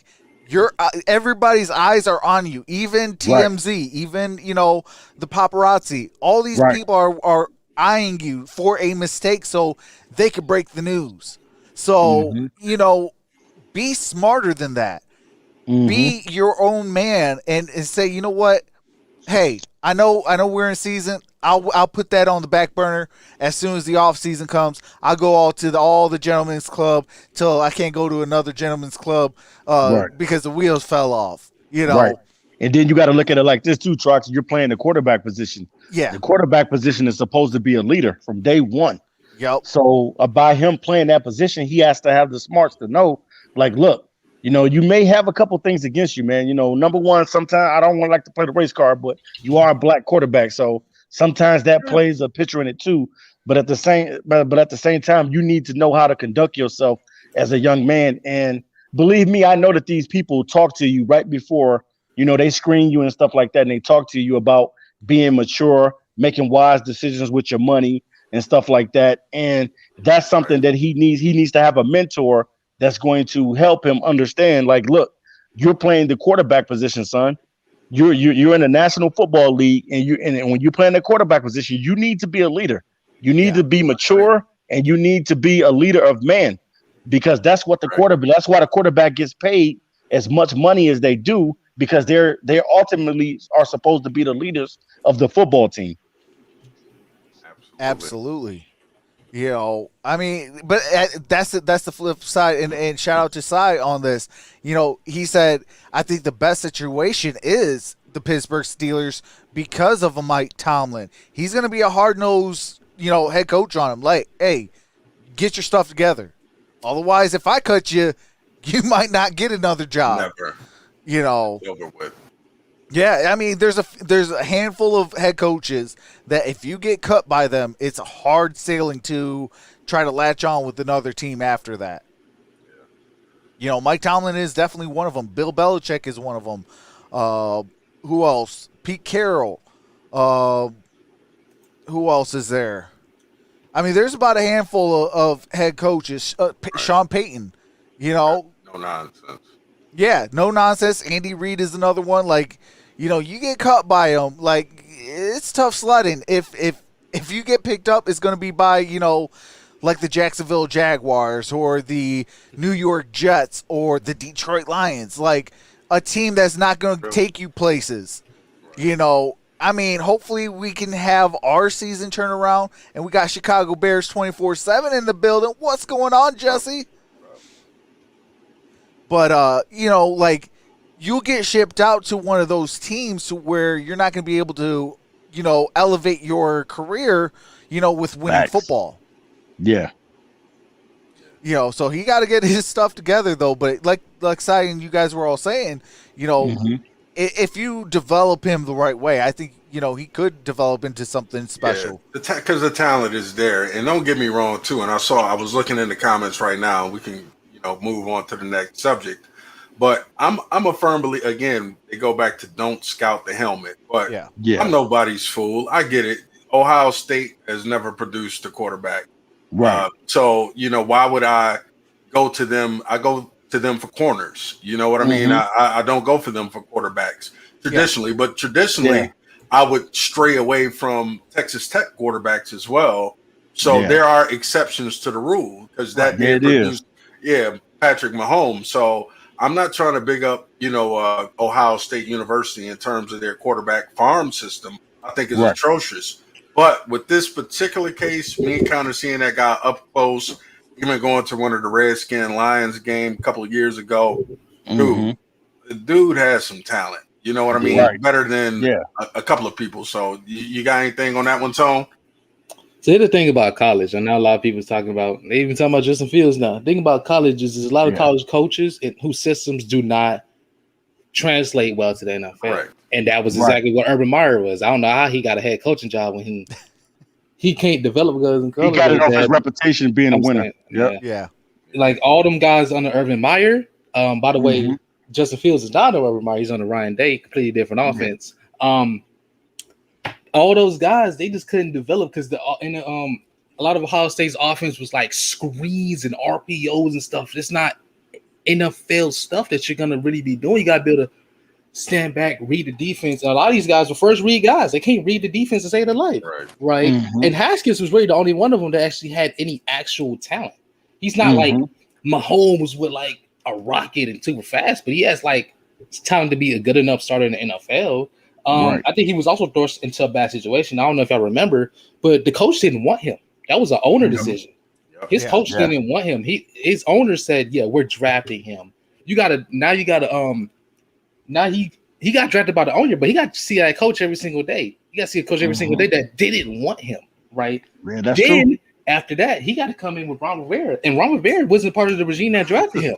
So now he's part of another whole problem. Correct. It's a whole another problem. I think he has some off the field problems too, but I think Pittsburgh is going to be a really good place for him. Also, guys, don't judge Justin Fields the way we did other Ohio State quarterbacks. Yeah, Ryan Day's offense and Urban Meyer's offense are not the same thing. And even if they were, there's always a first time for everything. Speaking Right. about LSU, Joe Burrow. Yeah. I'd be scared of LSU quarterbacks for life after what happened Right. before. He but came from Ohio State. Yeah. I'm saying, Yeah. yeah, like True. I'm saying, then he went to LSU, which is not also known for their quarterbacks at all. Right. Exactly. It's Right. concerning, right? Mhm. Yeah, I got a huge theory on the quarterbacks, but shout out to Travis Doyley. Absolutely. Shout out, $5 Mr. super Dooley. chat says thoughts on Jabril Cox. Should Get the him. Lions draft him? Absolutely, Travis. Hey, quick, fast, and in a hurry. If Xavier Collins ain't there, that's the next man up.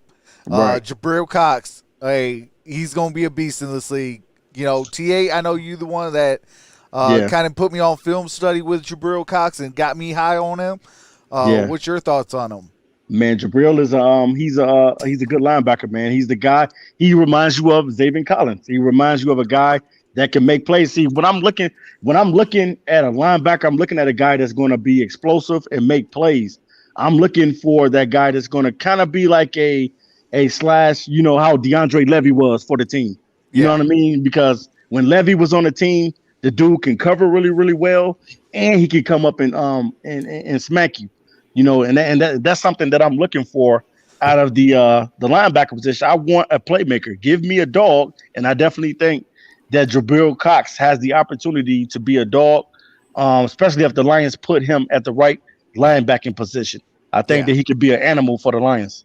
Oh yeah, Absolutely. I concur. Cy, do you got anything to add up on it? No, I mean he's one of my favorite players in the draft. Period. I like his length. I like his coverage ability. I think he could do a little bit of everything. I do have him behind Parsons. I would say that's a question. Where do I rank him? I would say you have Parsons, you have Xavier Collins, and Jabril would be up there. Yeah, well then you got out of Kentucky, Jamin Davis. Yeah, that's one of my guys Davis. too. Yeah. Then there's Jabril Cox. Yeah. So Jamin Davis. Yeah, he's pretty good too. Jamin Davis is a monster. So yeah, those would be. He would probably be my fourth linebacker. And again, the hard part, Travis, we don't know what scheme we're going to be running. So you have to, even though I think he can play multiple positions, multiple linebacking positions with his skill set. But yeah, I like Jabril Cox. I'm with it. Yep. Tony, you got anything to add up on it? Yeah, I like Jabril Cox. Probably wouldn't take him in the first 2 rounds. I think linebacker is kind of really weird in this draft. It depends on the scheme we're going to play. It really is going to depend what scheme we're going to play. Because if we're playing like a 3-4 scheme, especially when they're playing with the Rams, then a guy like Micah really becomes, and dudes like Jamin Davis, Xavier Collins, those guys kind of shoot up the board a lot more than guys like Jeremiah Wilson-Coromoa because the scheme likes bigger linebackers. Also depends on the scheme. But for my personal evaluation, I like Jabril Cox. Not a really big linebacker, but he's big enough. It's not gonna get swallowed by blockers or nothing. Decently athletic, real good coverage instincts as a man and in zone, which is what you want in today's NFL. I don't think he's like an insane coverage guy, but he's going to be out there. He's going to be good for you. He's definitely not going to be a liability for you. He's going to be a really good coverage linebacker for you. He's probably not going to be the best coverage linebacker in the league, but hey, as long as he's not a weakness on the field, that's pretty much all you need from linebackers' perspective. Right. You don't have to pull him off the field on third down. I mean, you don't have. Yeah, so he's fine. Yeah. Jabril Cox. Yeah, absolutely. And he might slip down on the draft boards because of, he opted out with I think he was either opted out or he got injured in 2020, but he didn't play 2020. So we have only 2019 tape on him. I can't even blame him for opting out or anything because what happened with LSU was just a train wreck last year. Oh yeah. But in the same token, what was that, Si? No, go ahead. I'm sorry.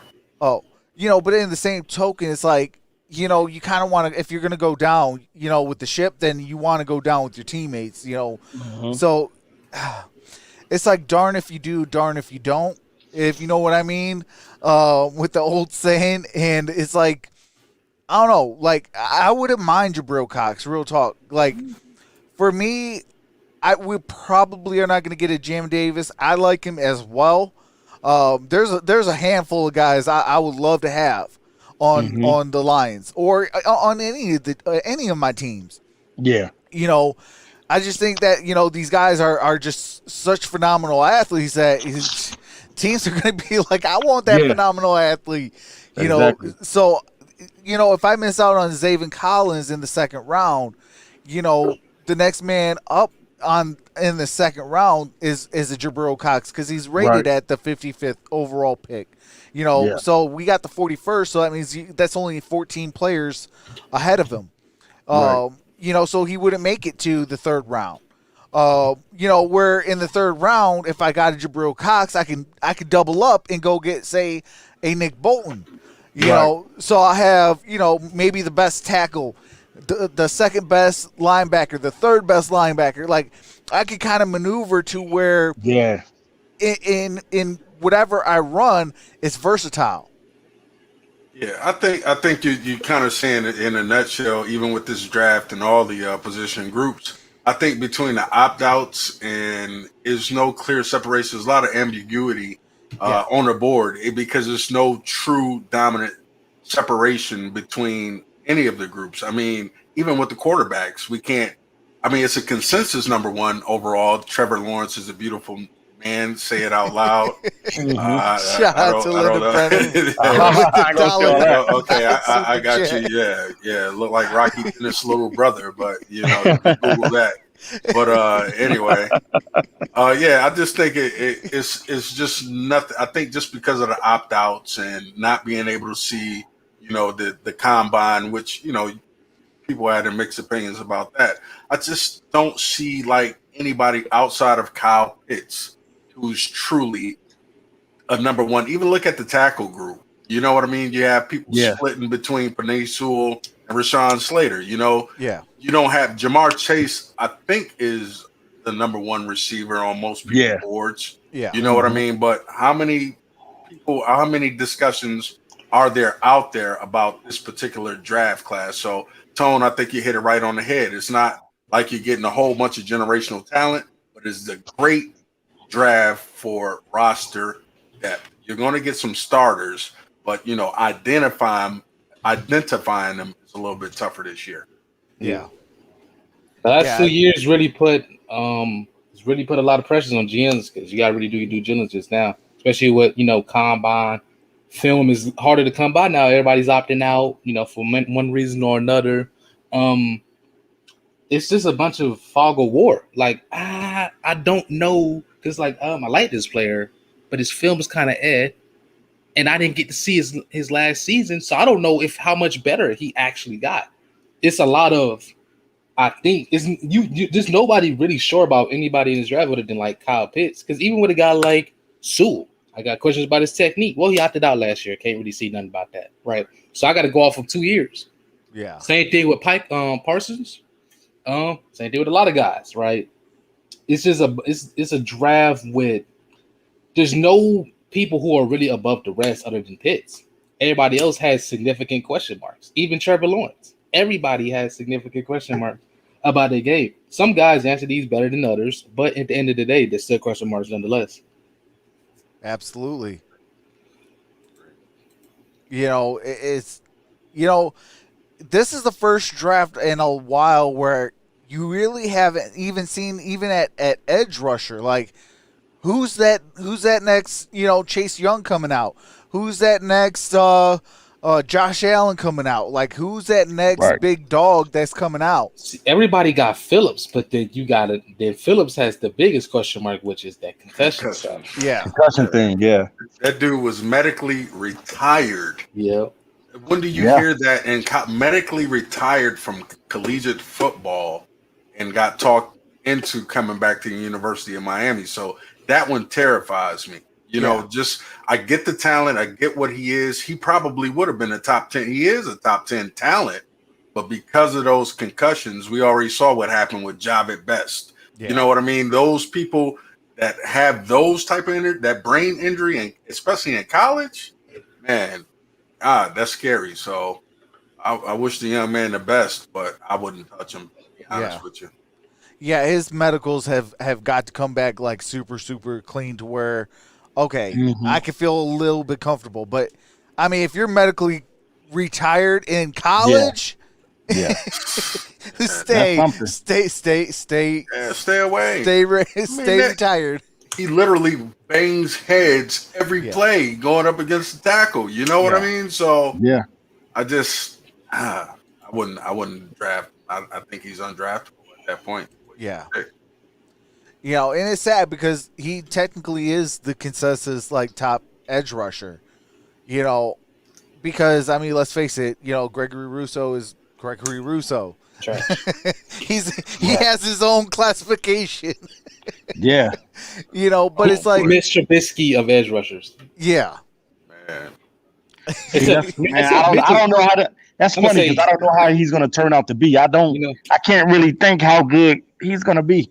I mean, You know- depending on the system that he goes to, I mean, he could Yeah. actually turn things around. You know, but he has to have a good coaching staff. He's going to have Now, to. Hey, Trox, what is the other guy from Penn State that had those great combine Orum. numbers? Always. Oh, yeah. Yeah. What you think Don't about want him? Because he Oh, really didn't my produce in Lord. college. He didn't Yeah. produce in college that Oh. much.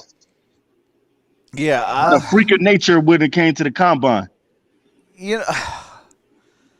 What does the film say? Like, film don't lie. Like, you Would can have you all guys the. grab him? Would you guys grab him?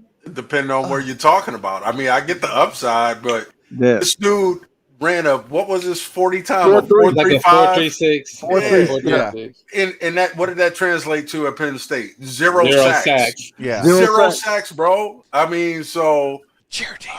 I see, but that's like Mike Mamula. You know, Yeah, before- no protection yeah. at all, man. Yeah, he was just a workout warrior. I mean, okay, you can run in a straight line. Again. Yeah, come on. Yeah, come on, man. Stop. Try using that 4.36 40 against some offensive tackles. Yeah, Yeah, he might be a punt returner. I mean, who wants to tackle that moving that fast? Maybe. I don't know. Right. Hey, He got straight line speed. he's a workout warrior. Yeah, dude. Nah, I'm good. You know, fourth round, I'll bet on it. You know, but Yeah. that's it, you know. Yeah, I'm yeah. kind of scared of him, man, just because he didn't produce in college. And it's like, man, this dude get some great combine numbers, but where's the production in school? No production at all. ATA. Bro. Yeah. He's an elite Jared Davis 2.0. Yeah. Stay off my boy now. It's an unfair state. What Jared Davis the got. unguided mission. I'm still mad, man. Got him. The football magician. Wow. Well, And I that's mean, man. see, Jared Davis needed to be at like the outside linebacker that's going to Yeah. be the edge rusher. Like if you had him there to where he's close to the line, I think you would have got a better production out of Jared Davis. And I think that's what possibly Robert Saleh could do with him. Because, you know, Robert Saleh is one of the best minds defensively. Yeah. I mean, he took a team that got ravished by injuries Still and was still beating up teams like my Arizona Cardinals. That still broke my heart. Yeah. Kingsbury. Yeah. That's what I said. He was never put in a position to win. You know, Jared Davis, I'm speaking of. Yeah, yeah. You look at Matt Patricia's system, the Patriot system, it's a bend but don't break. It's not an attacking style defense. It's about gap integrity, moving it, flushing the court, you know, moving everything forward, but it's not a pressure oriented system. So now when you have that, what is Jared Davis? What is exactly his role? You know, I just thought it was just a losing situation. So I mean, he's gone now. Hope he wreaks havoc with the Jets. You know. So, Yeah, also too. Yeah. Absolutely. Yeah, man, I'm be rooting. recapped Hey, Ty on the Johnson right went and team. did it. Yeah. Yeah, Ty Johnson went and did it. So hopefully Exactly. he could do it. We're a farm system for the NFL, dude. At this point. Yep. So, Yeah, that's the one thing that I do want to like stop doing. I want to stop being the farm system for everybody else. Let everybody else be the farm system for the Detroit Lions for once. Right. You know, let us start winning for once. Right. You know, the last time we ever won anything of real value was 1991. We won one playoff game. Man, that's a long time ago, man. Hey, I was 4 years old. 4 years old. was a little older Wow. than that, but So, hey, I wasn't in diapers, but I was just getting out of them or something. I was 15. I I mean- remember it, man. I remember it like yesterday, man. Yeah, I mean, That was greatness, man. Yeah. Barry. Come back, Barry. hey, absolutely. We miss you, Barry. Miss you. Man, that was over 30 years ago, guys. Yeah. Crazy, man, to say that. That's weird. Yeah. Yeah. Well, this year is the 30th anniversary. Yeah. Oh, 30 wow. years ago, man. Yeah. There you go. So, I mean, we do for some wins. So, Yeah. I know it ain't going to be this year. It might not be even next year, but I think next Right. year we'll get kind of close. Like, this is my trajectory of the Detroit Lions. Like, they're going to be, this year they'll probably be, around the middle of the pack. Okay, they're eliminated from contention. Mhm. Probably another top 10. Week one. Probably another week one. top 10 probably another top 10 draft pick, and then next year we'll probably be like the Arizona Cardinals, where we'll be like maybe a game out of the playoffs, or maybe we make the wild card, Right. and then that third year, that's where we're gonna really see our team blossom. Yeah. Yeah, I think it's going to take some time. Only thing I think about with them this coming season is basically those guys just playing hard, giving Yeah. effort every Sunday, giving effort. You know what I mean? Because you never know how to see. Like Jared Goff said, you don't come into the season thinking about losing. You come into the season thinking about winning. And if he can win, yeah, cool. But at the same time, the realization of what's going on, we got to understand that these guys are in a rebuild mode, and you can't, Rome wasn't built overnight, so the Detroit Lions is not going to be built overnight. You know what I mean? It's going to take some time to find the pieces that you need on defense, and then find the pieces that you need on that offensive line, and finding those wide receivers that you need to be able to get this team over the top. Yeah, Like, I'm looking in the comments and I see Troy say we say this every year. Yeah, that's funny. That's true. But the difference It's true, but the difference with this is, look at who's in the building. Detroit Lions talk with MicroMike. MicroMike. What's up, man? Oh, hey, what's up, fellas? What's up, going What's going on, Mike? Hey. What's going on? Hey, I wanted to get back and again. What up? I'm back. And again. Yeah. Hey, Yeah, what's man. going on, fellas? What's man, going buddy. on? Got some Yeah. time? Figure I'd Oh, jump yeah. in with the Troxel Sports, Fury Sports Talk. Yeah, we just talking Hey, some. absolutely. We just talking some Lions and some draft talk, Mike. Oh, okay. And again, and the truth is this here, folks. 2 weeks ago, I stated the Detroit Lions were going to make they had discussions with the trade with the Atlanta Falcons going from 7 to 4. Now, I got Right. mocked by everybody. No, that's fake news. It never happened. And again.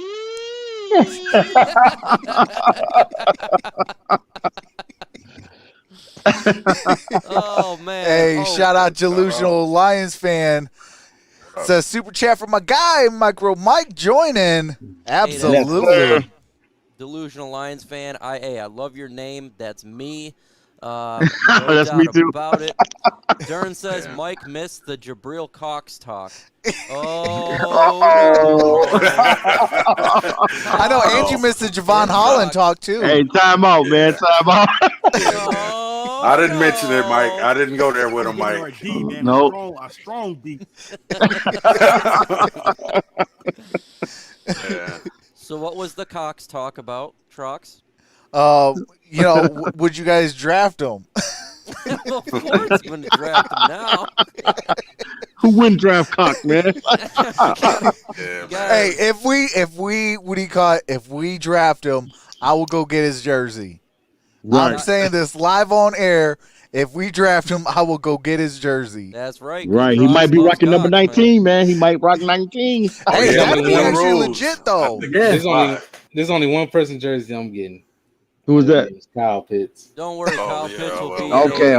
All right. All righty. Yo, that's his man. That's right all there. good. That's all good. That's Put it. him next to my Aaron Donald jersey. Oh, why you gotta break my heart there, Tone? Come on now. Eric Ebron over Aaron Donald. Wow. Derrn, that's bad, man. Derrn, that's bad. The Derrn. Ah. Come on, Derrn. Oh, my man. God. So But, who do you think they're taking, fellas? I want to know what you guys thoughts. You're talking about 7? Yeah, Man, what's gonna happen, Cy? Man, it's hard to see, man. I mean, it's some weird scenarios out there, but I mean, if all things are fair and equal, I'm with Tone on that, but I don't think that's realistic. So, I mean, I don't know, man. It's really hard. I want Jamar Chase. Let me just answer the question. Okay. I want Jamar Chase. You know, I Okay. think it's a possibility that he could be there. Let's go ahead and get a true number one wideout. Yep. Get another weapon, a real weapon for Jared Goff, and let's do everything we can to make this man successful. I think we can start there. Hey, Jamar Chase, Tamarion Terry. How you gonna Nasty. stop that? Man, that'll be a nasty combination, man. That'll be one How you nasty. gonna stop that? Go Jamar Chase round Or- 1, Rondale Moore round 2. You Woo! go Monsate round 3. No. Tylen Wallace, right? Tylen Wallace, round 4. All the wide receivers. Yeah. I mean, if we commit to that wide receiver, then the rest is all D, man. All D. Right. Yeah. Pause. All defense. right. Yeah. All defense. Strong D. To include Cox. You know, Jabril Cox. Yeah. Got you. A strong deep. Yeah. Oh Man. man. Outside of Kyle Pitts, Tone, who do you say we draft if we're stuck with 7? No Kyle Pitts is on the board. The Lions are in a weird position because they're in a reactive position. Their draft will depend based on who everybody else drafts, right? Yeah. Because if somebody depends on somebody wants to move up for a quarterback or somebody doesn't want to move up for the quarterback. Somebody moves up with the Falcons, who knows? Jaguars could trade a guy like Minshew, or 49ers to say they're not really looking at trading Jimmy G, but they get a QB. We don't know what they're going to really do with Jimmy G. Maybe they trade to the Patriots. Yeah. For a low pick. Maybe it's like, oh, who the Patriots probably not gonna move up. Now, I think the Lions are in a weird position because they're in a reactionary position. Because it's starting to look like the Dolphins might be going Sewell. He might be off the board, but we don't really know. Yeah. I think it might be Micah because he's the only one I can guarantee will be there. I think there's a good chance Jamar goes to the Bengals. Or who knows? Maybe Bengals go Sewell and the Dolphins go like, you know what? We're so desperate for an old tackle. We'll just go Slater, right? I've seen scenarios where that's happened.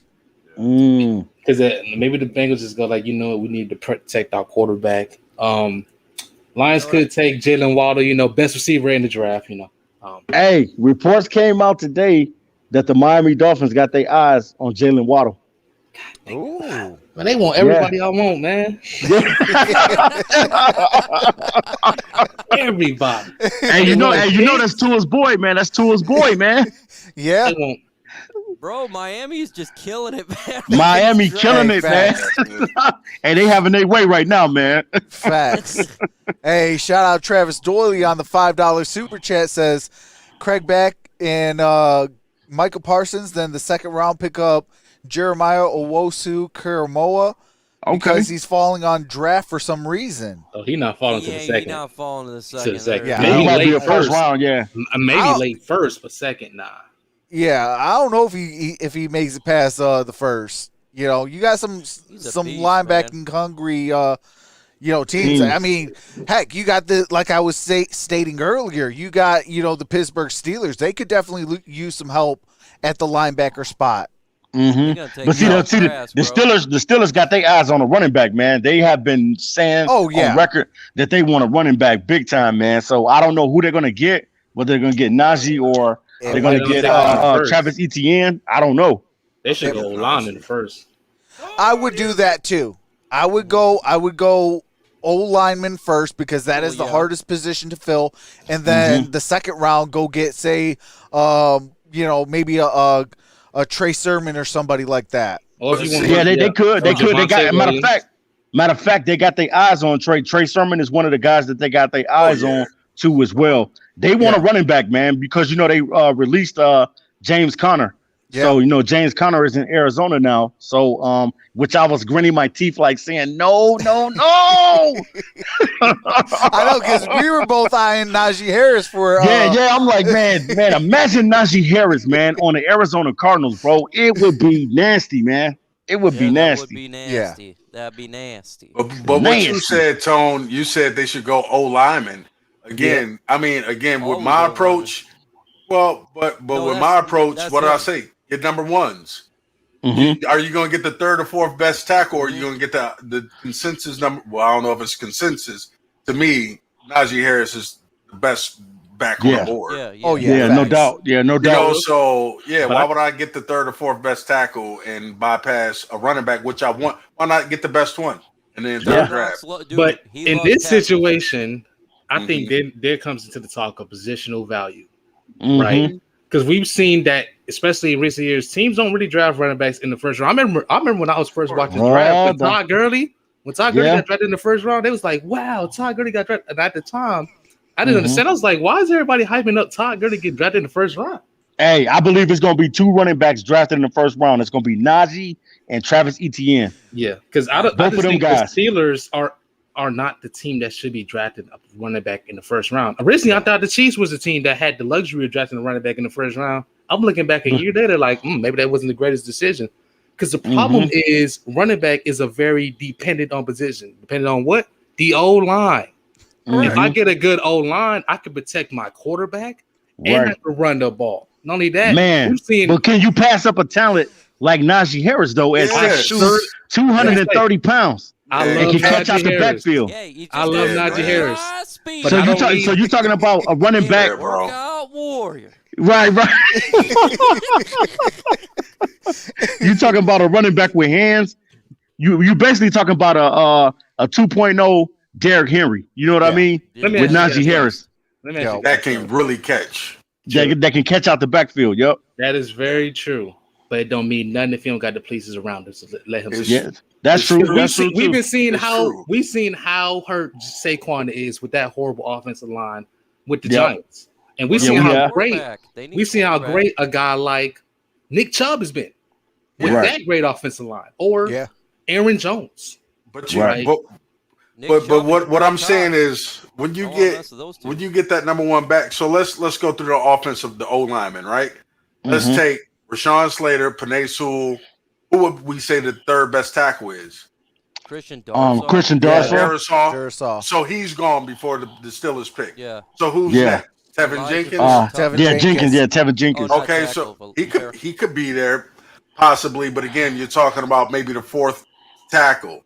But he's like the number one right tackle too. I agree. I'm all about Kevin Jenkins, to be honest with you. But again, just to me, for the value, even though we know that they're devaluing that particular position, there's just not another Najee Harris. You can get Chuba Hubbard. You can do all these like Trey Sermons, all of those guys splitting hairs, depending on what you want out of a running back. This is the only do-it-all running back at that size. So I just think the value is there. I just think the value. Yeah, he's the biggest running back coming into the league. Right? There's not another Najee Harris, but I don't think it's not Najee Harris to succeed. I'm with you. Ever seen? Like, look at the 49ers. I agree. Raheem Mostert was undrafted. He was passed around by multiple teams. Yeah. Go to the 49ers, he's a superstar.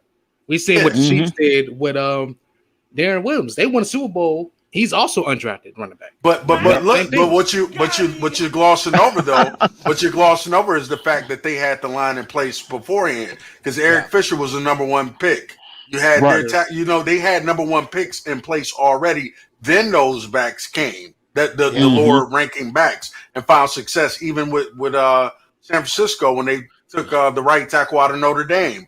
I can't call his name right now. Mike McGlinchey. McGlinchey. Yeah, so those lines were already in place. Correct. But those lines were already in place. So it's a little bit it's not apples to apples quite. So if you do get that running back, then maybe next year you can, or even in this draft, I mean, you can still get a Cosme or something like that. There's other tackles that are there. There's you could even double back and get Landon Dickinson or the other center that's there. You know what I mean? And start building it. But I don't think you could pass on it. If I'm Pittsburgh, I just couldn't pass on it. I know. My only thing Hey. about that is I don't think Pittsburgh's offensive line is at a point where they can just pass on any offensive lineman, right? Right. I don't think they are where the Lions are, or like where the 49ers are, or any of the top teams right now. They might have a below average offensive line. So at this point, you're putting Najee in a bad situation, and you're putting Big Ben in a bad situation. He's not mobile, right? Yeah. And I know what you're saying about number ones, but at the end of the day, Yeah.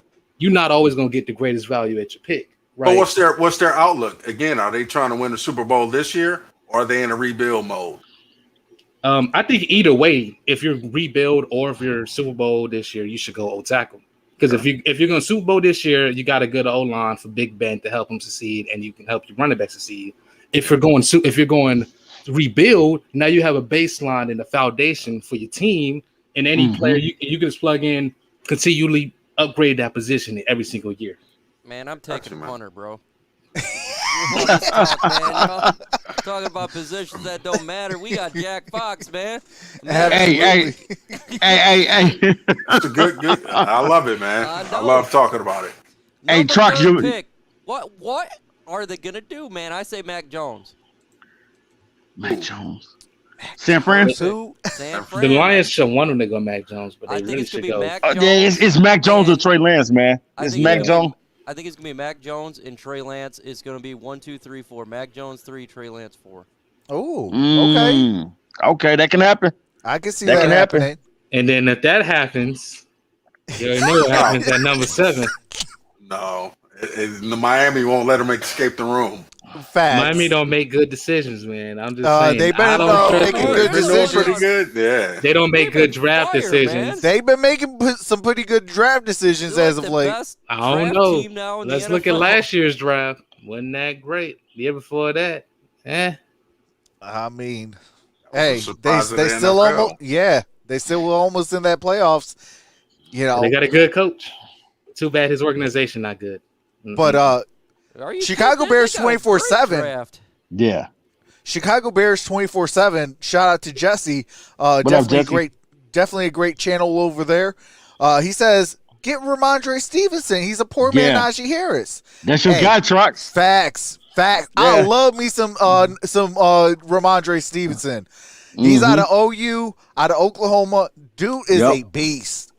Yep. Like if I miss out on a Najee Harris, the very first person I'm thinking of is Ramondre I Stevenson. don't know about Yeah. first person. You know, Hey, I look- might I be saw thinking, Najee I might be Harris, the thinking a first little person. Trey Sermon, a little Chuba. You know what I mean? well, I mean, in Lil this draft Javonte class though, like Johnson. Trey Sermon Right. though was injured. No carry on so, Johnson. yeah, oh, yeah. if I miss out on Najee Harris, the first person I'm looking at is Javonte Williams. Okay. Yeah, I can see that. Javonte But- Williams is a beast. I mean, hey, don't sleep on no Ramondre Turn on the light. Stevenson. That dude got some home run abilities. Like that dude got some home run abilities. Hey, It's a freak guy, athlete. man. It's a guy, guys. It's a guy that I'm gonna be doing his video. I'm gonna do his video probably tomorrow, or something like that. And I don't know if you know this guy, but he's an under the radar running back, and that's Raheem Boyd. Do you know anything Oh. about Raheem Boyd Never heard of him. from Arkansas? I've Dude seen is a a little beast. bit. Yeah, I've seen a little Dude is bit. a low-key beast, man. Dude is a beast, guys. Make sure you watch his tape tonight, and you'll understand why I'm saying what I'm saying. But he was a guy that played. I don't know if some of you guys are familiar with Last Chance U, the show Yeah. on Oh, Netflix. yeah, I know about Yep. that. Yeah, he was on that show, and he was a running back that was on that show, and he ended up going to Arkansas, man. He went to Independence College, and then he ended up going to Arkansas, man. And this dude is a stud, man. So His name he's again? his name is Raheem Boyd, running back. This dude is nice, man. I know Nobody's talking about him. I know Yep. Linda Brennan probably would be sending me some messages. Here's all his film. Like, go watch it because she's a Yeah, big yeah. time Razorback fan. So Oh, she like the Razorback, so yeah, she should Oh, be yeah. familiar with Raheem Boyd, then the running back. absolutely. Dude, you ever? Hey, have you been watching the film of the Hamburglar? Hey, absolutely. That dude is. He's gonna be the fast, first man. overall pick too. He runs a 1.044. He's a straight line speed workout He warrior. definitely work. I eat those hamburgers, man. Man, he faster than the Cheetos got in. Oh man, but we've I been don't know on for about 2. you, but this is. I'm ready for the draft, man. Oh, I'm ready, absolutely. man. I'm ready, man. Absolutely. I've been ready, man. Hilarious at this point, man. About this time about this time tomorrow, we will be probably announcing the Detroit Lions pick. So, Exactly. man, it's gonna Can't be. wait. Oh man. I Hey, can't so wait. so who believes he gonna be Micah Parsons? Do anybody think it's gonna be Micah Parsons, number 7? Not at 7. Yeah, Not at 7. Trade I back, think if could we see trade it. back with like the New York Giants, Mhm. I think we could possibly go him or even maybe even still Slater, depending on, Let's the do final picks. okay. Yeah. We'll do a trade back pick and then a 7 pick because it's not fair to just do one. Okay. You want to start, Mike? Okay, trade back pick, Micah Parsons, stay my guy, Penei Sewell out of Oregon. And Okay. sleeper pick, Justin Fields. Ooh. Okay. I know he has been tearing it up in his pro day, so I don't know. They could do quarterback. I'm not saying they will. That's just a sleeper. yeah. Oh yeah. TA, what's your prediction? My prediction.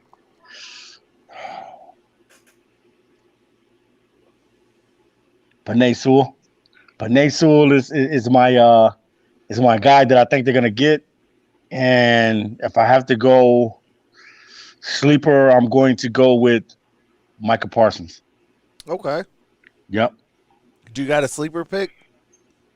Micah Parsons. Yep. Oh, okay. What about you, Tone? My pick, if we stay, Kyle Pitts, trade back, Michael Parsons, sleeper pick, Tubman Jenkins. Okay. Okay. I could dig that. I could dig that. What about you, Cy? Man, just trying to get into what we do or what we're trying to establish. I would say, I think they would go. My prediction would be if Penei Sewell is there, that they're going to take him. Yep. It's hard to trade back would be the second option, and if they a sleeper pick, I mean, I'm with you on Mike. I mean, maybe they do take Parsons. Justin Fields. No, Justin Yeah. Fields. Justin I think- Fields. Okay. Yeah, I Okay. think they could. I think they could do it. You know, Yeah, they could. so They could. I wouldn't do it, but it could happen. I think that's a sleeper pick. I think that's a great pick. Mhm. Okay. Okay. So it's on me. So if Penei Sewell gets past number 5, obviously it'd be hands down Penei Sewell. If not, then I'm going Rashawn Slater. In a trade back situation, I would say maybe a Xavier Collins. Okay. Okay. And then as far as a sleeper pick, let's say a trade back with for Jamin Davis. Ooh. Okay. Ooh. That's not bad. I would Well, love it. it's close to Jared Davis. Yeah. But I think this guy, he's not like Jared, man. He's not gonna miss. Absolutely. I'm gonna say he plays football with his eyes open. Yeah. Who did Jared get trucked in camp? Who trucked him in camp? I think that was what really happened to him. We had a back on our team ran him over, bro. Was it the Mark guy? Was it the Mark? Was it the former Patriots guy? Oh, you're talking about Mark Thompson? yeah, Mark Thompson. Oh, yeah. Was that who it was, man? And the wheels have been off ever since, man. Yeah. I'm telling you, when he got trucked, bro, and by his own teammate, similar to when we were talking about earlier, when what's his name hit the wide Cam receiver in the Chancellor? Super Bowl. Yeah. Cam Chancellor. Yeah, that Khalil Right. was never the same ever since. Absolutely. Yeah, But but I'm we fired have. up for tomorrow, baby. Oh, Yeah, I'm me ready, too. man. But with that being said, we have been on for 2 hours, and you know, do you guys got any closing words? Mike, we'll start with you. Tomorrow night on my channel, be ready because it's going to be a fire live stream with round 1 of the NFL draft. We're going to have a big panel here, and I'm telling you what, this is going to be crazy. So this is the most exciting draft I think I've been a part of because I have no idea what's going to take place, and I love it. Absolutely. And I will be putting your stream out onto my community tab just to make sure we get all hands on deck. Hey, I appreciate it, man. I appreciate it. And Hey. I got to say that It's my quarterback. Hey, absolutely. TA, you got any closing words? Yeah, man. Hey, make sure you guys rock with MicroMike tomorrow. Also, make sure you guys rock with the whole hashtag Team ISN. Definitely subscribe to everybody. We got some good content on our channels. And definitely, man, as always, it's going to be a great draft show, man. I can't wait. We've been talking about this for so long. No more speculations. No more mock drafts. No more none of that. We're going to find out what the real deal is. Who the players that the Lions want. Who are the players that the other teams want. We're going to find all that out. And I just cannot wait. I'm excited about it. But the only thing I have to pump my brakes because my son has a championship game this week that we have to get prepared for. So I will not be there, but maybe I might be there. So you just never know. I can slide in. But definitely the guys are going to do well tomorrow on the show. And I will be in the chat to back my guys up. Hey, look, congratulations on your boys. Mhm. You know, hey, let's go get that championship. Let's Your do it, son baby. Let's is- do it. It's my quarterback. That's right. Hey, That's my absolutely. Hey, that's what position he played too. Yeah, Yep. So, yeah. Absolutely. Tony, you got any closing words? It was great coming here with you guys today. Can't wait for the Lions to take Kyle Pitts, man. Start this regime off real nice. Man, I want me on call. We get Kyle Pitts. I'm going crazy. Throwing Oh, yeah, I know you. I know you are going to go crazy. throwing a party. I'm That like, 4 yeah. is gone. Like, we gonna be 0-16, but it's gonna look nice. They're gonna look nice. That's never looking nice, man. Yep. Just watching Kyle Pitts, like, man, he makes all this losing feel all right. Right. But hopefully we don't take Michael Parsons at 7. But you know, I can deal with him like past the top 10. Also, don't forget Gregory Rousseau is trash. I Oh don't know why man, people hype that man up. He's a trash hand. He not even worth a 7-round pick. man, he had 15 and a half sacks, man. And all of them were disappointing against his tape. But Sai, you got any closing words? Hey, as usual, it's been a blast, man. Thank you for welcoming me into the fold. I will say this, man. This is something I spoke on earlier, Trox and I. Just let's take this approach. You know, square pegs in the round holes. I get we want Penei Sewell, but making the left tackle switch over to right tackle is like trying to learn to wipe your butt with the opposite hand. And you might be able to get it, but it's still boo-boo everywhere. So your best advice not to do it. You know, just don't do it. You know, so hey, You still got some dingleberries. So hey, quit trying to make everybody switch, man. That dude is a left tackle, but hey, I'm supporting it either way, man. Go Lions, baby. Oh, Hey, absolutely. But I do appreciate each and every single one of you guys coming out. You guys all have been amazing. This amazing panel as well. Appreciate you guys for coming on. Hey, go subscribe right now to Detroit Lions Talk with MicroMike. Click that notification bell and set it to all because we are going to be live on air for this first round over there. We're going to have a blast. It's going to be fire. And, hey, There might even be fireworks coming out the screen because it's gonna be so fire. Oh yeah. But and then on Friday, be subscribed to the Gridiron Blitz. Day 2 will be over there, and then day 3 we will have it here on Troxel Sports Talk. Subscribe to all the members of the Infinite Sports Network. Link is in the description. And man, we are gonna have a blast. And you know, we're gonna have some talks. What do you call it? Next Wednesday. You know, the fall after the draft, and you know, free agency pickups and things of that nature. Late free agency pickups. So we're gonna have some blasts here in the next couple weeks. You know, but with that being said, I love each and every single one of you guys. Have a nice day. This is Troxel Sports Talk, and we are out. Peace. Peace.